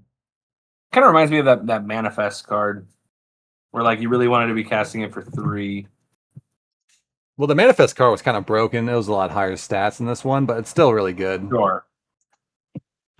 I mean, it's still kind of like a mini version of that card stapled onto a creature that's you'd already play a 3-mana 2/4 that drew 2 and discarded 2 when it entered. So just icing on top. Oh, you texted a photo of the list before the incident? Oh, yeah, thank you. Why'd you have a photo of it, you weirdo? Yeah, what a freak. All right. Are Anyway, you recording? Are you recording the stream? You yeah, weirdo? who does that? Or did you Okay. go back? You could probably just go back in the stream, Glenn, and look at it. I don't know if you can, but You probably could. no, Can you, I like don't- edit the video and stuff. can I? I don't think I can. But anyway, No? we gotta get through these cards. Let's. How do people take clips of stuff then? It saves Okay. afterwards. You're getting All right. distracted. So pretty good card. Baseline's great. 3-mana 2/4, good ETB, and then the spell is pretty nice, especially in the late game. If you can spend 7 mana on this, make 3 3/3s, you're pretty happy. If you somehow spend 9 mana, make 4 4/4s, that's really good. Trent went back to look. Maybe you can go back to look. I don't know. All right. So this is a really good card. Maybe all right, I might be able to beat this because you have time to kill it before it really pops off. So I'll pop off on you. wow. All right, that's a stream, guys. I'm gonna end on him threatening me. All right. Good night. Good night. All right. Where do you want this, Travis? He's committing too much to the bit. It's too much commitment. Oh, you can tell that it's on my thumb. Yeah, you can tell. That's too red. I think it's right here is a good spot for it. Yeah, sure. Go for it. Okay. Next up, we have Moseo, Veins, Nudine. 3 mana, 2 and a black for a 2/1 with flying. When it enters, create a 1/1 pest token. When it attacks, you gain a life. It's got Infusion. At the beginning of your end step, you gain life this turn. Return up to 1. Target creature card with mana value X or less from your graveyard to the battlefield, where X is the amount of life you gain this turn. Really good. Yeah, I mean, I doubt you're activating the bottom 2 often, but it's nice that it's every end step, not just like the turn it came down. I could easily see with them just being like, it's just the turn it comes down, this activates. So it is Sure. nice that it's every end step. It's also a 2/1 flyer that makes a 1/1 token with upside. So I Yeah. mean, that's just on its own is a good card. stats. Yeah. And every once like in a it a while, just getting 2 life, you get a 2-drop back from your yard. So that's not bad. I mean, it's pretty good. It's not unbeatable, but With it being legendary, how many of these you putting in? you probably put deck. as many as you can get. It's fragile, so and it makes it a guy when it enters. Your opponent's going to want to kill it. Yeah. Okay. Yeah. And it's a rare. You're not going to get more than 2, probably. Yeah, it'd be weird if you did. I think it's below the blue guy, but still in this category. Seems good. All right, I might be able to beat this. Yeah, I like that. Yeah. Yeah, it's just a good card. I'm not shaking in my boots, though, when I play it. Yeah. Up next, we have Flashback. It's 1 red. It's an instant. Target instant or sorcery in your graveyard gains Flashback until end of turn. The Flashback cost is equal to its mana cost. What is this? They redeemed channel points. I'm spiraling right now. I can't deal with this, Kelly. I'm spiraling. I deleted my entire tier list that we made on accident. You deleted the entire tier list that you made. Yeah. Why? How? What? We already went into this. I don't want to rehash it, Kelly. Okay, get off my back. I'm sick of it. You always do this. What? Don't. Imagine getting a domestic abuse call and you're dressed like that. I'm sorry. Yeah. That just really I'm sorry, sucks. officer. I deleted my tier list, and you know, I worked really hard on it. And he's like, dude, I get it, bro. What I is was that watching. hair giving? Yeah. She really is. Morticia, She's always on your kind of? back, Like, bro. look at me. You're giving like Morticia in a, like as a banana. Who's Morticia? Morticia Adams. From the Adams family. We're getting sidetracked. We All got right, Eddie flashback. Munster and Hold on, look Morticia. at me, Glenn. Yeah, we only have a few left to go. We got this. We got this. Flashback seems cool. I really like it. It's not bad. It's like you're not going down a card because you're replacing it with a different card. It's actually pretty decent, I think. Yeah. It's almost like regrowth. Yeah, it's like regrowth In a except weird at the way. cast of that turn. Yeah, but I it's think it's an just instant. fair overall, though. It's like Snapcaster without the body. Yeah. Like, I think you play this, but it's not like insane. You just get to play your best instant and sorcery card in your graveyard.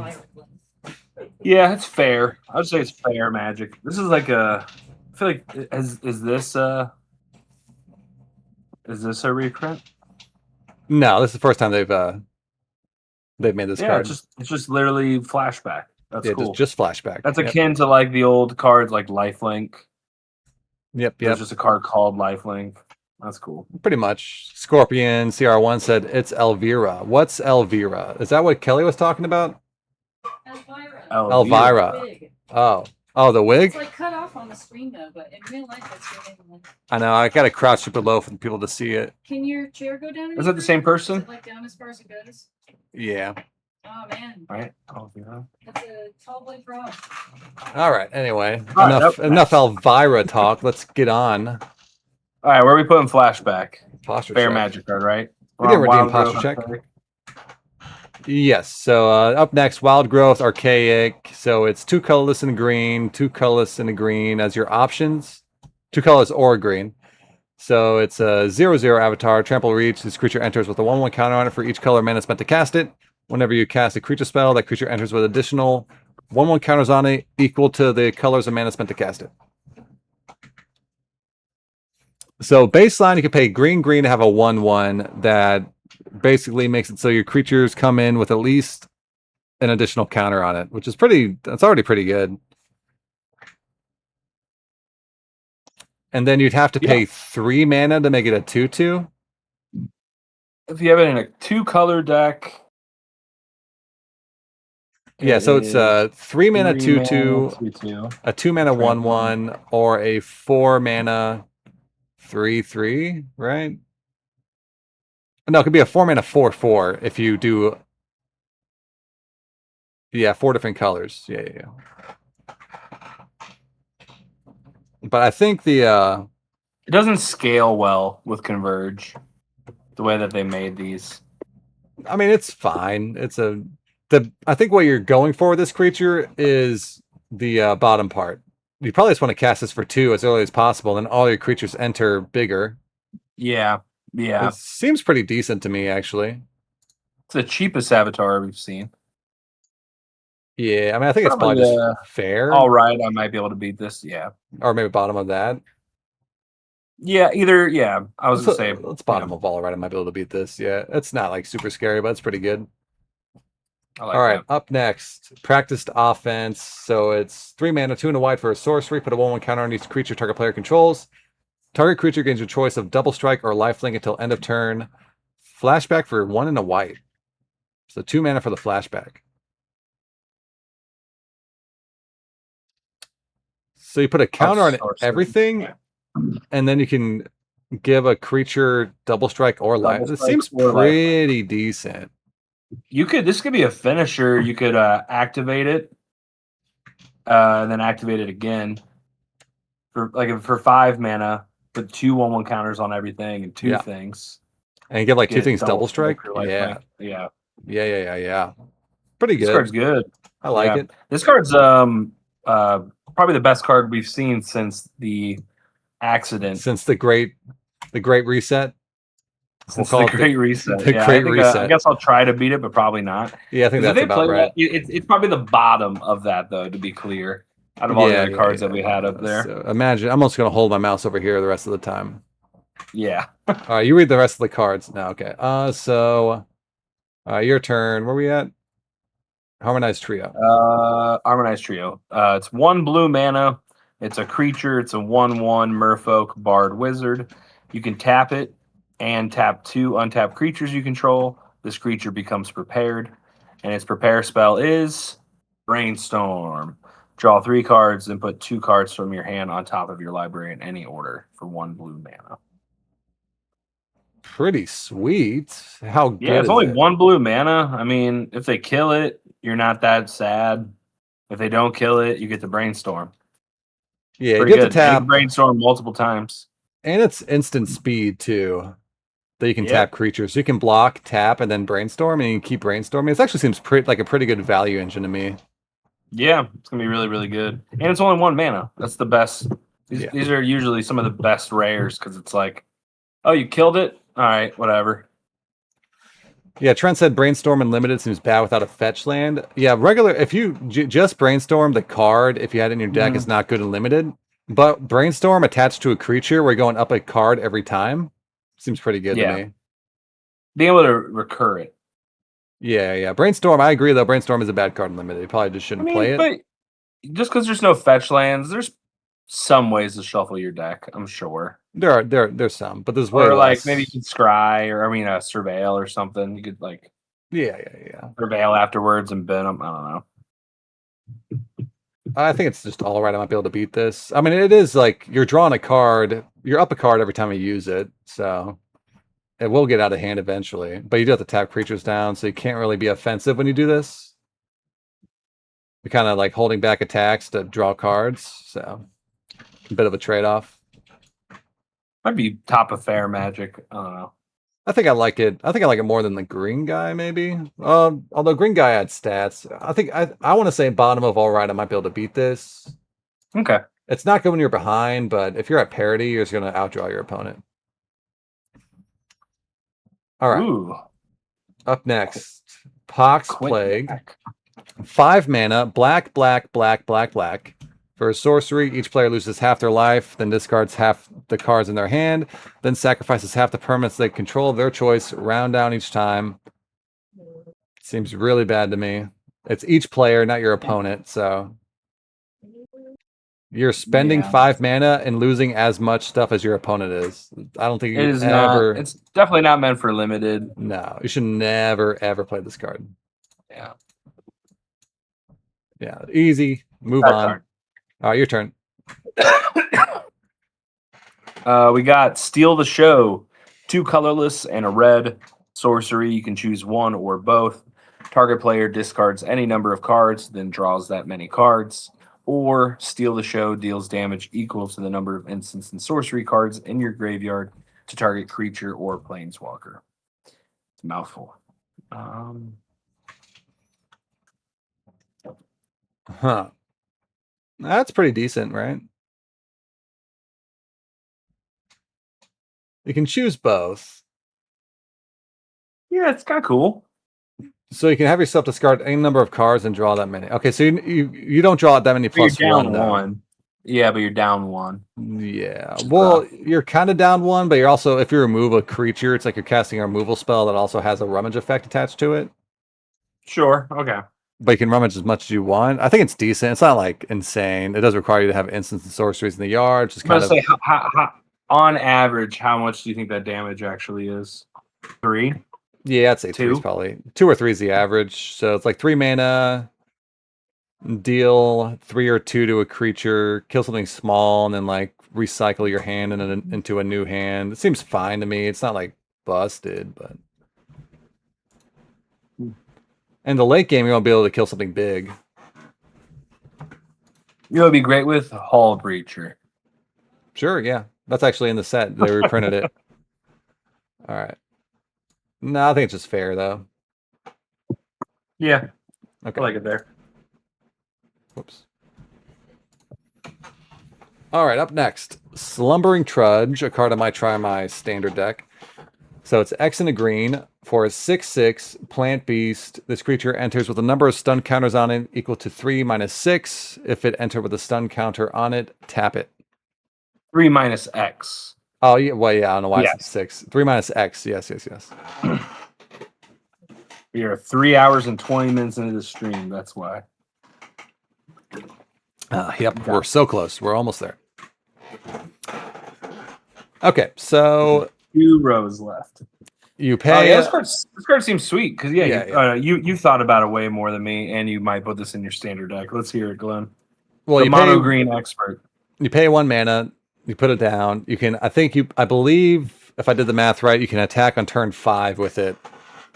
If you pay 1 mana for it, so it's a good investment for the late game. It makes fight spells and bite spells better. And then if you pay 4 mana, it's just a 4-mana 6/6. So it's just stats. So it's just a good card. It's flexible on curve. You can play it wherever you want on curve. Yeah. So you'd have to pay for 4 mana. I mean, just a 4 mana 6/6. Yeah, I mean, at the end of the day, it's just stats, so it's not insane. It's probably just upper tier fair magic card, as Garfield intended. It might be the bottom of the next because I mean, it's pretty good and limited. A 4 mana 6/6. It's pretty strong. Yeah, it's huge. It feels bad if they just cast a removal spell on it, but Does it though? It's only 4 mana. yeah, maybe you're right. We'll put it at the bottom of this. That sounds fine. It's huge. 'Cause, I don't know if Richard Garfield ever thought there'd be 4 mana 6/6s. No, he did. All right. Anyway, moving on. Joined researchers. So it's 2 mana, 1 and a white for a 2/2. Got first strike. It's a human cleric wizard. At the beginning of your end step, if an opponent has more cards in the hand than you, this creature becomes prepared. The prepared spell is Secret Rendezvous. Whew, I'm getting so tired. Rendezvous. This banana suit is so hot. All right, it's 3 mana, 1 white for you and target opponent. Each draw 3 cards. I mean, baseline is fine. Give me a 2/2 first striker. A 2 is always good. Said about Yeah. the earlier one. You're always playing a it. 2-minute 2/2 Yeah. first striker. And then, I mean, if your opponent has more cards than you probably are fine casting Secret Rendezvous to help catch back up. I mean, you'll both draw cards, but if you're out of cards and your opponent has cards, it's way better for you to draw 3 than your opponent. Yeah. So it's got a little bit of upside. You're often not going to cast it because it is kind of awkward, but Yeah, I mean, I think it's just a good card. just fair. We'll see how it plays out. It's very conditional, but I mean, just a 2/2, like we said, base stats are really, really good. Yeah. I got to hydrate. All right, up next we have. Go over to the page so the people can see it, Yep. and you can drink more water. We have Mana Sculpt, 1 blue. It's an instant counter target spell.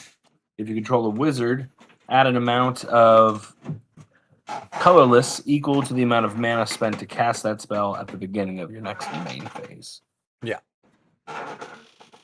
So it's mana drain for 1 more mana, and you need a wizard. I have not checked to see how many wizards there are on the set. Or just counters. It's just cancel. Yeah, if you not, can't- just If cancel. you can't make it work.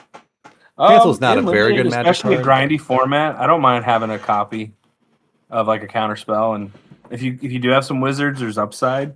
Yeah, I mean, Um, just It's not cancel. a rare though. If Yeah, you can't do the thing. really, if you can have like 6 or 7 wizards in the deck, it's probably worth running. Just cancel and limited's like filler minus. Yeah, And like if you're doing a more control-y deck, you might want to play it, but this is I like a don't know. wheel rare. You'll see this on the wheel a lot. yeah. But if you So pick it up and you're running blue, you might run it. you also have to counter stuff at the right time for it to be Probably to just like fair utilize magic. that mana. Yeah, just fair. It's fine. All right. Up next, Post Mortem Professor. It's 1 in a black for a 2/2 zombie warlock.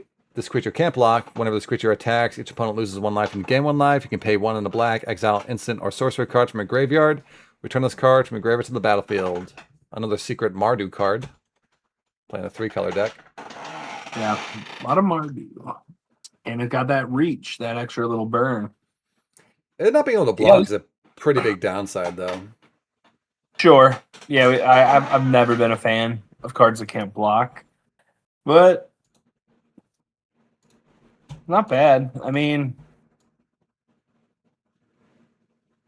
it almost doesn't feel like a rare. Yeah, it never does anything on defense. It It drains. does not feel like a rare. And it's not gonna be super easy later in the game to get an attack in with this. It's so funny. This one doesn't come into play tapped because it can't block anyways. Yes, I was like, matter. Yeah, it doesn't matter. I don't think it's very good though. Actually, I don't know. I don't like it. It not being able to block is a pretty huge downside. I think under the lens of this being a rare, it looks bad. But I think it's a fine card. Like this is equivalent to like a C plus for like if we were doing that scale, it'd just be like a C plus.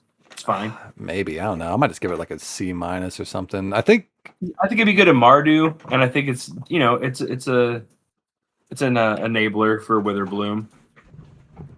Maybe you're So right. it Maybe depends. If you have a lot of good Witherbloom triggers, it's it does continuously trigger Witherbloom stuff. You might be right. I might be too low on it. I just because it's a think, rare. Yeah, yeah, it seems like worse than a lot of the rares, but it's still playable. yeah. It not blocking just makes it so bad on defense. If you're behind and this is like one of your few creatures you got, it's kind of a disaster. But Yeah. I'll put it at the bottom of Fair Magic. Oh shit, I made two of them or whatever. Okay. I'll put one here just to show the dichotomy of man. All right. That's deep, bro. Yeah. Anyway, moving on. Your turn. We have Maelstrom Artisan. 1 red. It's a creature, 3/2 with haste. This creature enters prepared. And then it has Rocket Volley. It's 1 and a red, a sorcery, destroy target non-basic land. Seems fine. I don't know how often you're going to pop Rocket Volley off, but a 3/2 with haste. I'd rather it be a 3/3, but I don't know. Seems pretty aggro.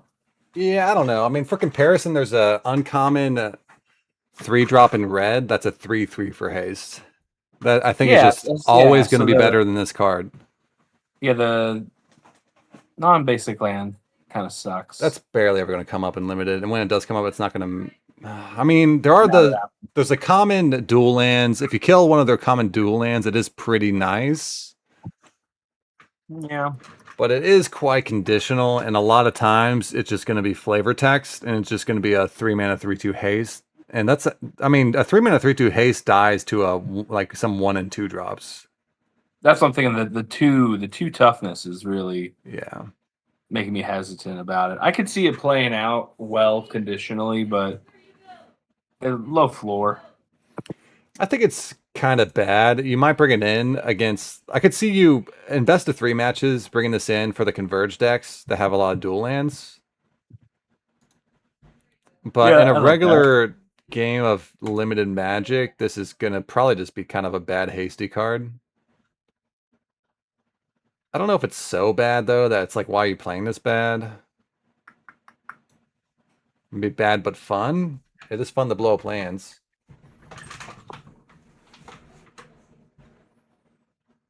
I don't know. Do you think it deserves to be up in Fair Magic? I think it's probably Fair Magic. It's like Bottom close tier. to the last card we just did. Yeah. Probably above the last card we did. Maybe. Yeah. I don't like it. 3-mana for a 3/2 haste is kind of bad, but every once in a while you'll pop a dual land and you'll feel pretty good about it. So I guess I don't want to put it in bad tier. Yeah. All right. Up next is Planner Engineering. So it's 3 and a green for a sorcery. Sacrifice 2 lands, search your library for 4 basic land cards, put them in the battlefield tapped, and shuffle. It seems kind of bad to me also. 4-mana ramp spells and limited are usually pretty bad. Yeah, I mean, if you're doing the converge thing, you probably want to pick up a copy. Yeah. See it? Because if you can get 4 basic lands, I mean that basically fixes your converge right there. If you're doing the converge thing, this is probably actually amazing. I don't even know if it's amazing doing the converge thing. I think this is like it gets you to perfect mana.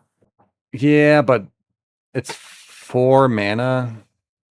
You're spending a pretty important turn just fixing your mana. Like if you build a good converge deck, you'll have other cards that get you those colors that actually affect the board. Okay, so maybe just bad. Because if you're not playing it in converge, it's just bad. Yeah, it also requires you to have all the basic land types, and some converge decks are going to get their splashing off of dual lands and off of creatures like tap for any color of mana. So it makes your mana worse playing this too. Okay, just bad then. Something went wrong. I guess bad but fun. You go into converge and don't get any duels or fixing. Yeah. I don't know. I don't like it. I think I wouldn't recommend it. It could be better than I think though. But listen, you got forced into converge, but you only have like 1 duel and 1 creature that can tap for mana. You open this up in pack 3. Well, then your deck's a disaster because you're counting on drawing this card every game to actually make your cards function. Word. So I don't know. I think it might just be why you're playing this. Actually, I just don't think you Okay. should play it. Okay. Move it I'm down. probably going to be. I'm sure I'm wrong for some cases, but in general, just don't play it. There's other stuff to fix your mana with. All right. Next up, Antiquities on the Loose. So it's 3 mana, We have 1. 7 cards left, people. Oh, we're so close. All right, 3 mana, 1 white for a sorcery. Create 2/2 red and white spirit creature tokens. And a spell was cast from anywhere other than your hand. Put a 1/1 counter on each spirit token you control. It's got flashback for 4 white, so 6 mana to flash it back. Okay, this could probably go in my mono white deck. Good. Yeah. That's really good stats. Two great 2/2s for stats. 3. Yeah, it's really good. And then if you flash it back, they're 3/3s. And I have other spirits. I think I might. Do I? I don't know if I do. Maybe. There's a lot of spirit tokens running around, so Yeah. you might have some, but This card's sweet. it's really good. It's really, really good stats. Probably This like is up here. Yeah, probably. Yeah, that's what I was thinking. It's probably the second one. Again, we haven't seen very, very, very strong ones since the Great Reset. I know. It's weird. Yeah, since the Great Reset, I know it's crazy. So maybe the top 10 bombs we had are just going to be the top 10 bombs. I think so. We don't so gotta far, worry what about we've it. seen. Yeah. All right. Up next, we have Exhibition Tidecaller. It's 1 blue mana. It's a creature. It's a Djinn Wizard, 0/2, and it has Opus. So regular Opus trigger, target player mills 3 cards, or if it's 5 or more, they mill 10 instead. Ooh. This is a really cool build around. Yeah, this is awesome in multiples. Like, geez. Sure, but even on its own, like triggering Opus for 5 one Yeah, if you time. just do it, and if you do it that and maybe 2 times normal, that's Yeah, a 10 big chunk. 10's a lot. That's a quarter of the library, even more than a quarter, because you start with 33 cards pretty much in your library. So that's like a third of the library. You can That's big. legitimately mill somebody out with this by turn like 7, probably. It is an 0/2 though. It's a 1 mana 0/2, so it's not gonna. It's only a 1 drop. Yeah, so you're never really blocking with it. Yeah, so It's a fun build around. I mean, it's also just going to Right. require your opponent to kill it. Like, they gotta respect this card, else you're gonna get milled out. So it's gonna at least soak up a more expensive removal spell, most likely. So Yeah, because if you just trigger it, I know 10 sounds like a lot, and it is. But if you have a lot of cheap spells, you land this on 1. You know, if you double spell a couple, you can probably kill someone even without doing the 5. Three over time. stacks up pretty quickly.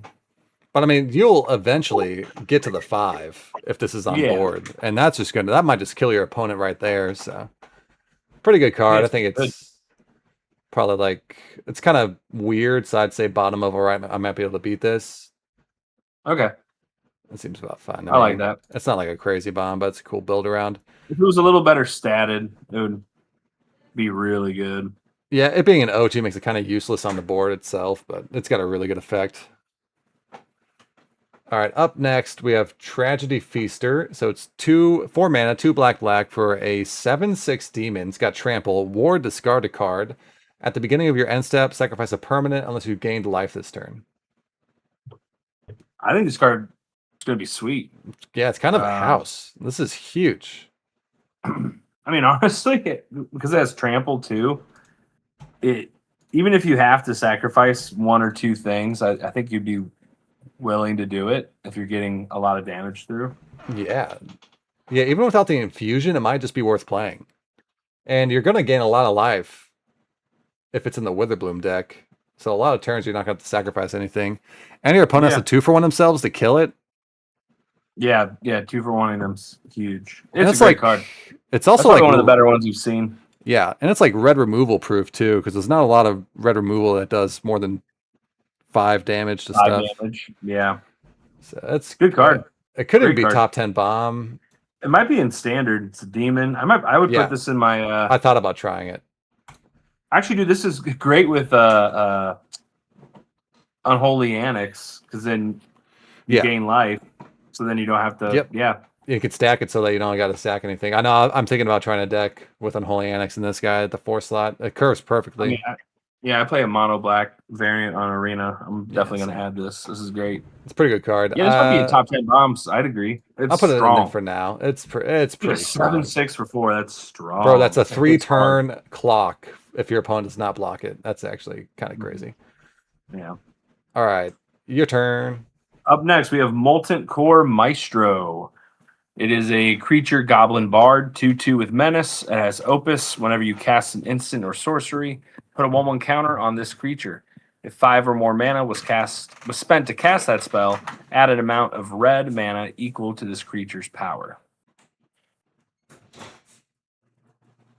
1 second, I'm getting food. I mean, it's not bad. I mean, a 2/2 menace for 2. I feel like you're playing that.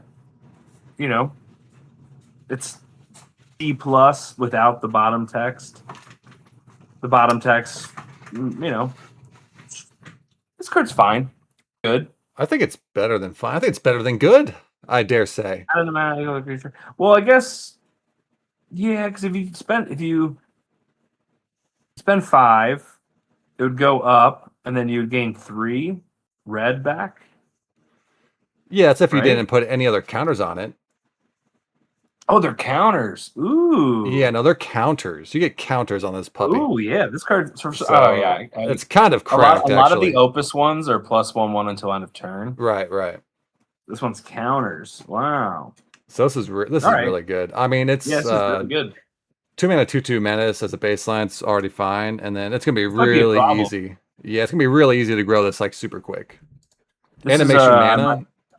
I might die from this. This is one of the better cards we've looked at. Yeah, probably like up here, and I guess I'll try to beat it, but probably not. If they play this in turn 2, you don't answer it. Like, good luck. Yeah. It's the third time you've called out such like a. Oh man, we should. Just for me, this is good. I don't even care about the viewer's experience. Well, I'm glad somebody's getting something out of this. Yeah, I'm my own viewer. All right, 3 cards, folks. We're almost there. All right, you read it because I'm eating. We got Ambitious Augmenter for 1 green mana. It's a creature turtle wizard. Cool art. It's a 1/1. It has increment. And then when this creature dies, if it had 1 or more counters on it, create a 0/0 green and blue fractal creature token. Then put this creature's counters on that token. Pretty great. So it would at least have to have 1, but Yeah. I'm sure it will. It's a 1 drop, especially if you get this out on turn 1. And then, like you said earlier, this is a fractal, and there's been a couple like fractal matters cards, so that's cool. I mean, it's not, but still, it's a 1 drop. Again, going back to that note, like a one mana rare that can get out of hand. That you're okay if they kill it. Good card. That's really good. Turn 1, it's gonna just scale super well. Chat's also trying to make me get the freaking burps. You're gonna make me drink water while I eat. You're supposed to drink water after you eat, or else you get gas. I'll drink water for Glenn. But I gotta give people what they want. You know, it's what they paid for. Yeah, really good card though. I mean, it dying and like if it was just a 1 mana 1/1 increment, it would still be good. Yeah. I'm not gonna add a choke feature. I will drown. Yeah, so it would be fine if it was just that, but it dying into another creature makes this card really good. Turn 1 is so. If you see this turn 1, you're really scared. Yeah.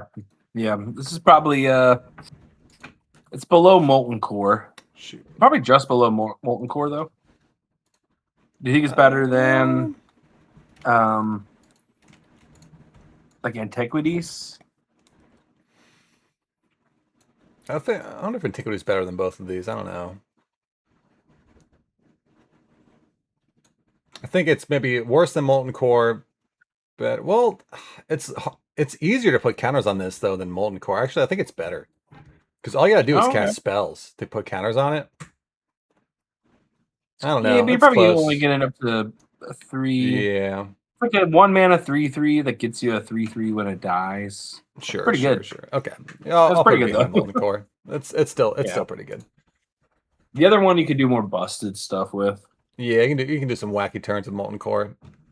All right, up next is Pensive Professor. So it's 3 mana, 1 blue blue for a 0/2 human wizard. It's got increment whenever Kitty's trying to eat my food. Whenever one or more 1/1 counters are put on this creature, draw a card. Yeah, Love it. This card's also really Love good. it. Love I mean, it. it starts out really small, but that's for the best. You can easily draw cards off of it. Yeah. Yeah, this card's sweet. This card's like super good. Maybe Dude, not just- top 10 bombs, but you're gonna draw so many cards off of it. I don't know. That's Yeah, up you're to gonna you. draw. You're gonna draw at least 3 cards off of it. Yeah. At least.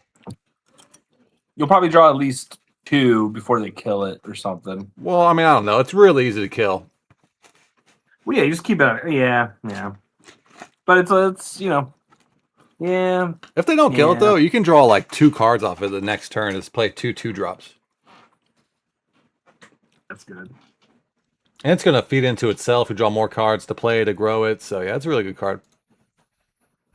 All right, we only got 3 more left. You read this We only one. have one. We only have one left. Bud. There's 2 more below Oh it. wait. Oh, I was wrong. Oh, I'm sorry, chat. We have Scheming Silver Tongue, 1 and a black creature, vampire warlock. It's a 1/3 with flying and lifelink. At the beginning of your second main phase, if you gain 2 or more life this turn, this creature becomes prepared. And then its prepared spell is Sign in Blood. Black, black. Target player draws 2 and loses 2. Yeah. This card's really good. Yeah, I mean, a 1/3 flying lifelink for 2. I just like that. And then having Sign in Blood, that was a good classic card back in the day. Yeah, it's a great baseline, and it's going to be pretty easy to gain 2 life with this thing on board. You only got to gain 1 more life, pretty much. And I like how it keeps you responsible. She's the most responsible vampire warlock. She's like, you are not allowed to draw 2 and lose 2 until you gain 2. That's true. That's a good point. She's Yeah. like, you can't drink a beer unless you have a glass of water. Yeah, this card is really nice. You're basically not losing life off of the draw 2 because you're getting the 2 beforehand. And you just keep doing it every single turn. It's a 2 mana 1/3 flying life thing is already Yeah, a really she- good card. Yeah, she enables herself too. Like, say, Kind of like it way up I here. mean, yeah, you can block or hold back. So she activates herself in 2 turns or 1 turn if they're being dumb. All right, next spell we Yeah, really have. good. I'll put it at the Glenn's top of it. I eating. guess she'll try to beat it, but probably not. Did you Well, go place on. it? Yeah, you did. Yeah, you did. Yeah. We have Wisdom of Ages. This is a big one. 4 mana and then blue, blue, blue. So 7 total. It's a sorcery. Return all instants and sorceries from your graveyard to your hand. You have no maximum hand size for the rest of the game. And then exile Wisdom of Ages. I mean, it seems fun, but you're probably not playing this in limited. Yeah, it's interesting. I mean, if in the right deck, like again, if it's really grindy, you got a cool control deck. I mean, this gives you inevitability. Yeah. I mean, it's probably better to not play it, but it does seem like a classic bad but fun card. Yeah, I like it there. There's also a I'll probably flashback play in it the after I set. get. I'll probably play it at some point. Yeah, I could see it. I could see a spot for it, but yeah, probably just bad but fun. There's also flashback in the set, so that makes it a little worse. They're not going to be in the yard. But Mm. all right, last Yeah, but card. Yeah, but you just turned that card into like a 3-for-1 because it was in the yard. It means you cast it, and then you cast it again, and then you can flash it back again. No, I'm saying that some instants and sorceries are not going to be in your graveyard when you cast this because they'll be flashback. Oh, because you've already flashed Yeah, it yeah, back. yeah. Sure. Yeah. All right, Glenn. Read All right, us last out one. on the last one. Brave Researcher. So it's 3 mana, 2 and a green for a 3/3 Troll Warlock. 2 and a black. I'm so tired. 2 and a black for a 3/3 Troll Warlock. At the beginning of your upkeep, surveil 1. Then if there are 3 or more creature cards in your graveyard, this creature becomes prepared. And the prepared spell is Reanimate. 1 black for Ooh. a sorcery. Put a creature card from a graveyard onto the battlefield under your control. Lose life equal to its mana value. We got the spicy one. Yeah, Dude, yeah, I mean, this is I really sweet. like this. Sealing is, you get this out. Dude, sealing is, you get this out in turn 3. And then turn 4, you reanimate something crazy.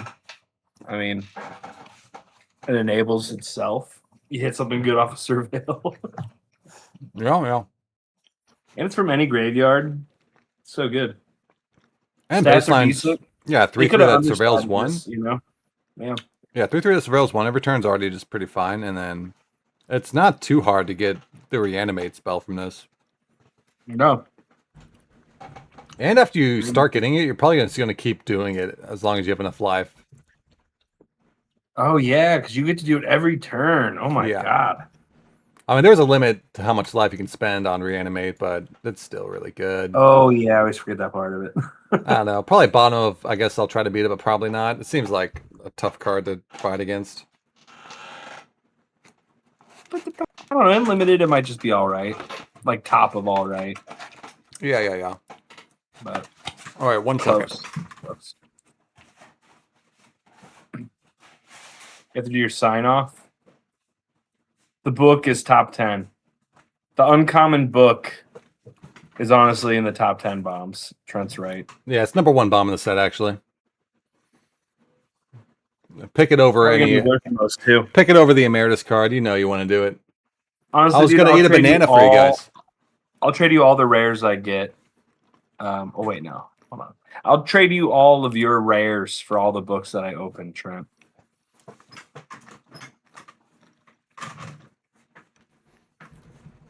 That's a pretty good deal. I would take Pretty that. good deal.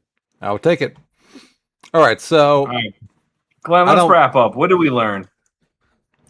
we learned that this fucking website doesn't save your progress, and I lost all my progress, and so this is just the last bit of our limited tier list. If you want to see the limited tier list before I erased everything on accident during the Great Reset, check out my stream. Check out the VOD. It'll be on there. Top 10 bombs. Who knows? I erased the I erased the tier list. I can't tell you, but they're there. You'll know. I'm tired. Yeah, me too. Well, like we say every time, 50% of people who play Magic are losers. Yep. At least, yeah. That's about it. That's pretty That's much it. all we usually say. That's all we got. So try to be like, 51% winner. That means you're decent, honestly. That means your If you're life at is a worthwhile. Yeah. 55, try to, be like Glenn and be at 75%. I don't think anybody's at 75%. I'm really tired. I think I'm done. All right, that's it. We can call it. Thanks, Trent, for saying good job. Even though I Thanks. erased all of our progress towards the end, but Glenn, terrible job. Terrible job. I'll do better next time. But you did drink a lot of water, so that you were All good right. at that. A chug for the road. Yeah, I got you. Okay, this counts as that chug. All right, that hydrate, that counts for this. All right, well, thanks for watching, guys. Appreciate it. You know me. I might be back on later playing some regular Magic, but oh, son of a dang it. They never let me leave. All right, one more hydrate. Bye. All right, we got to get off of here before I hydrate more. All right, bye, guys. Thanks for watching. Appreciate it. Bye.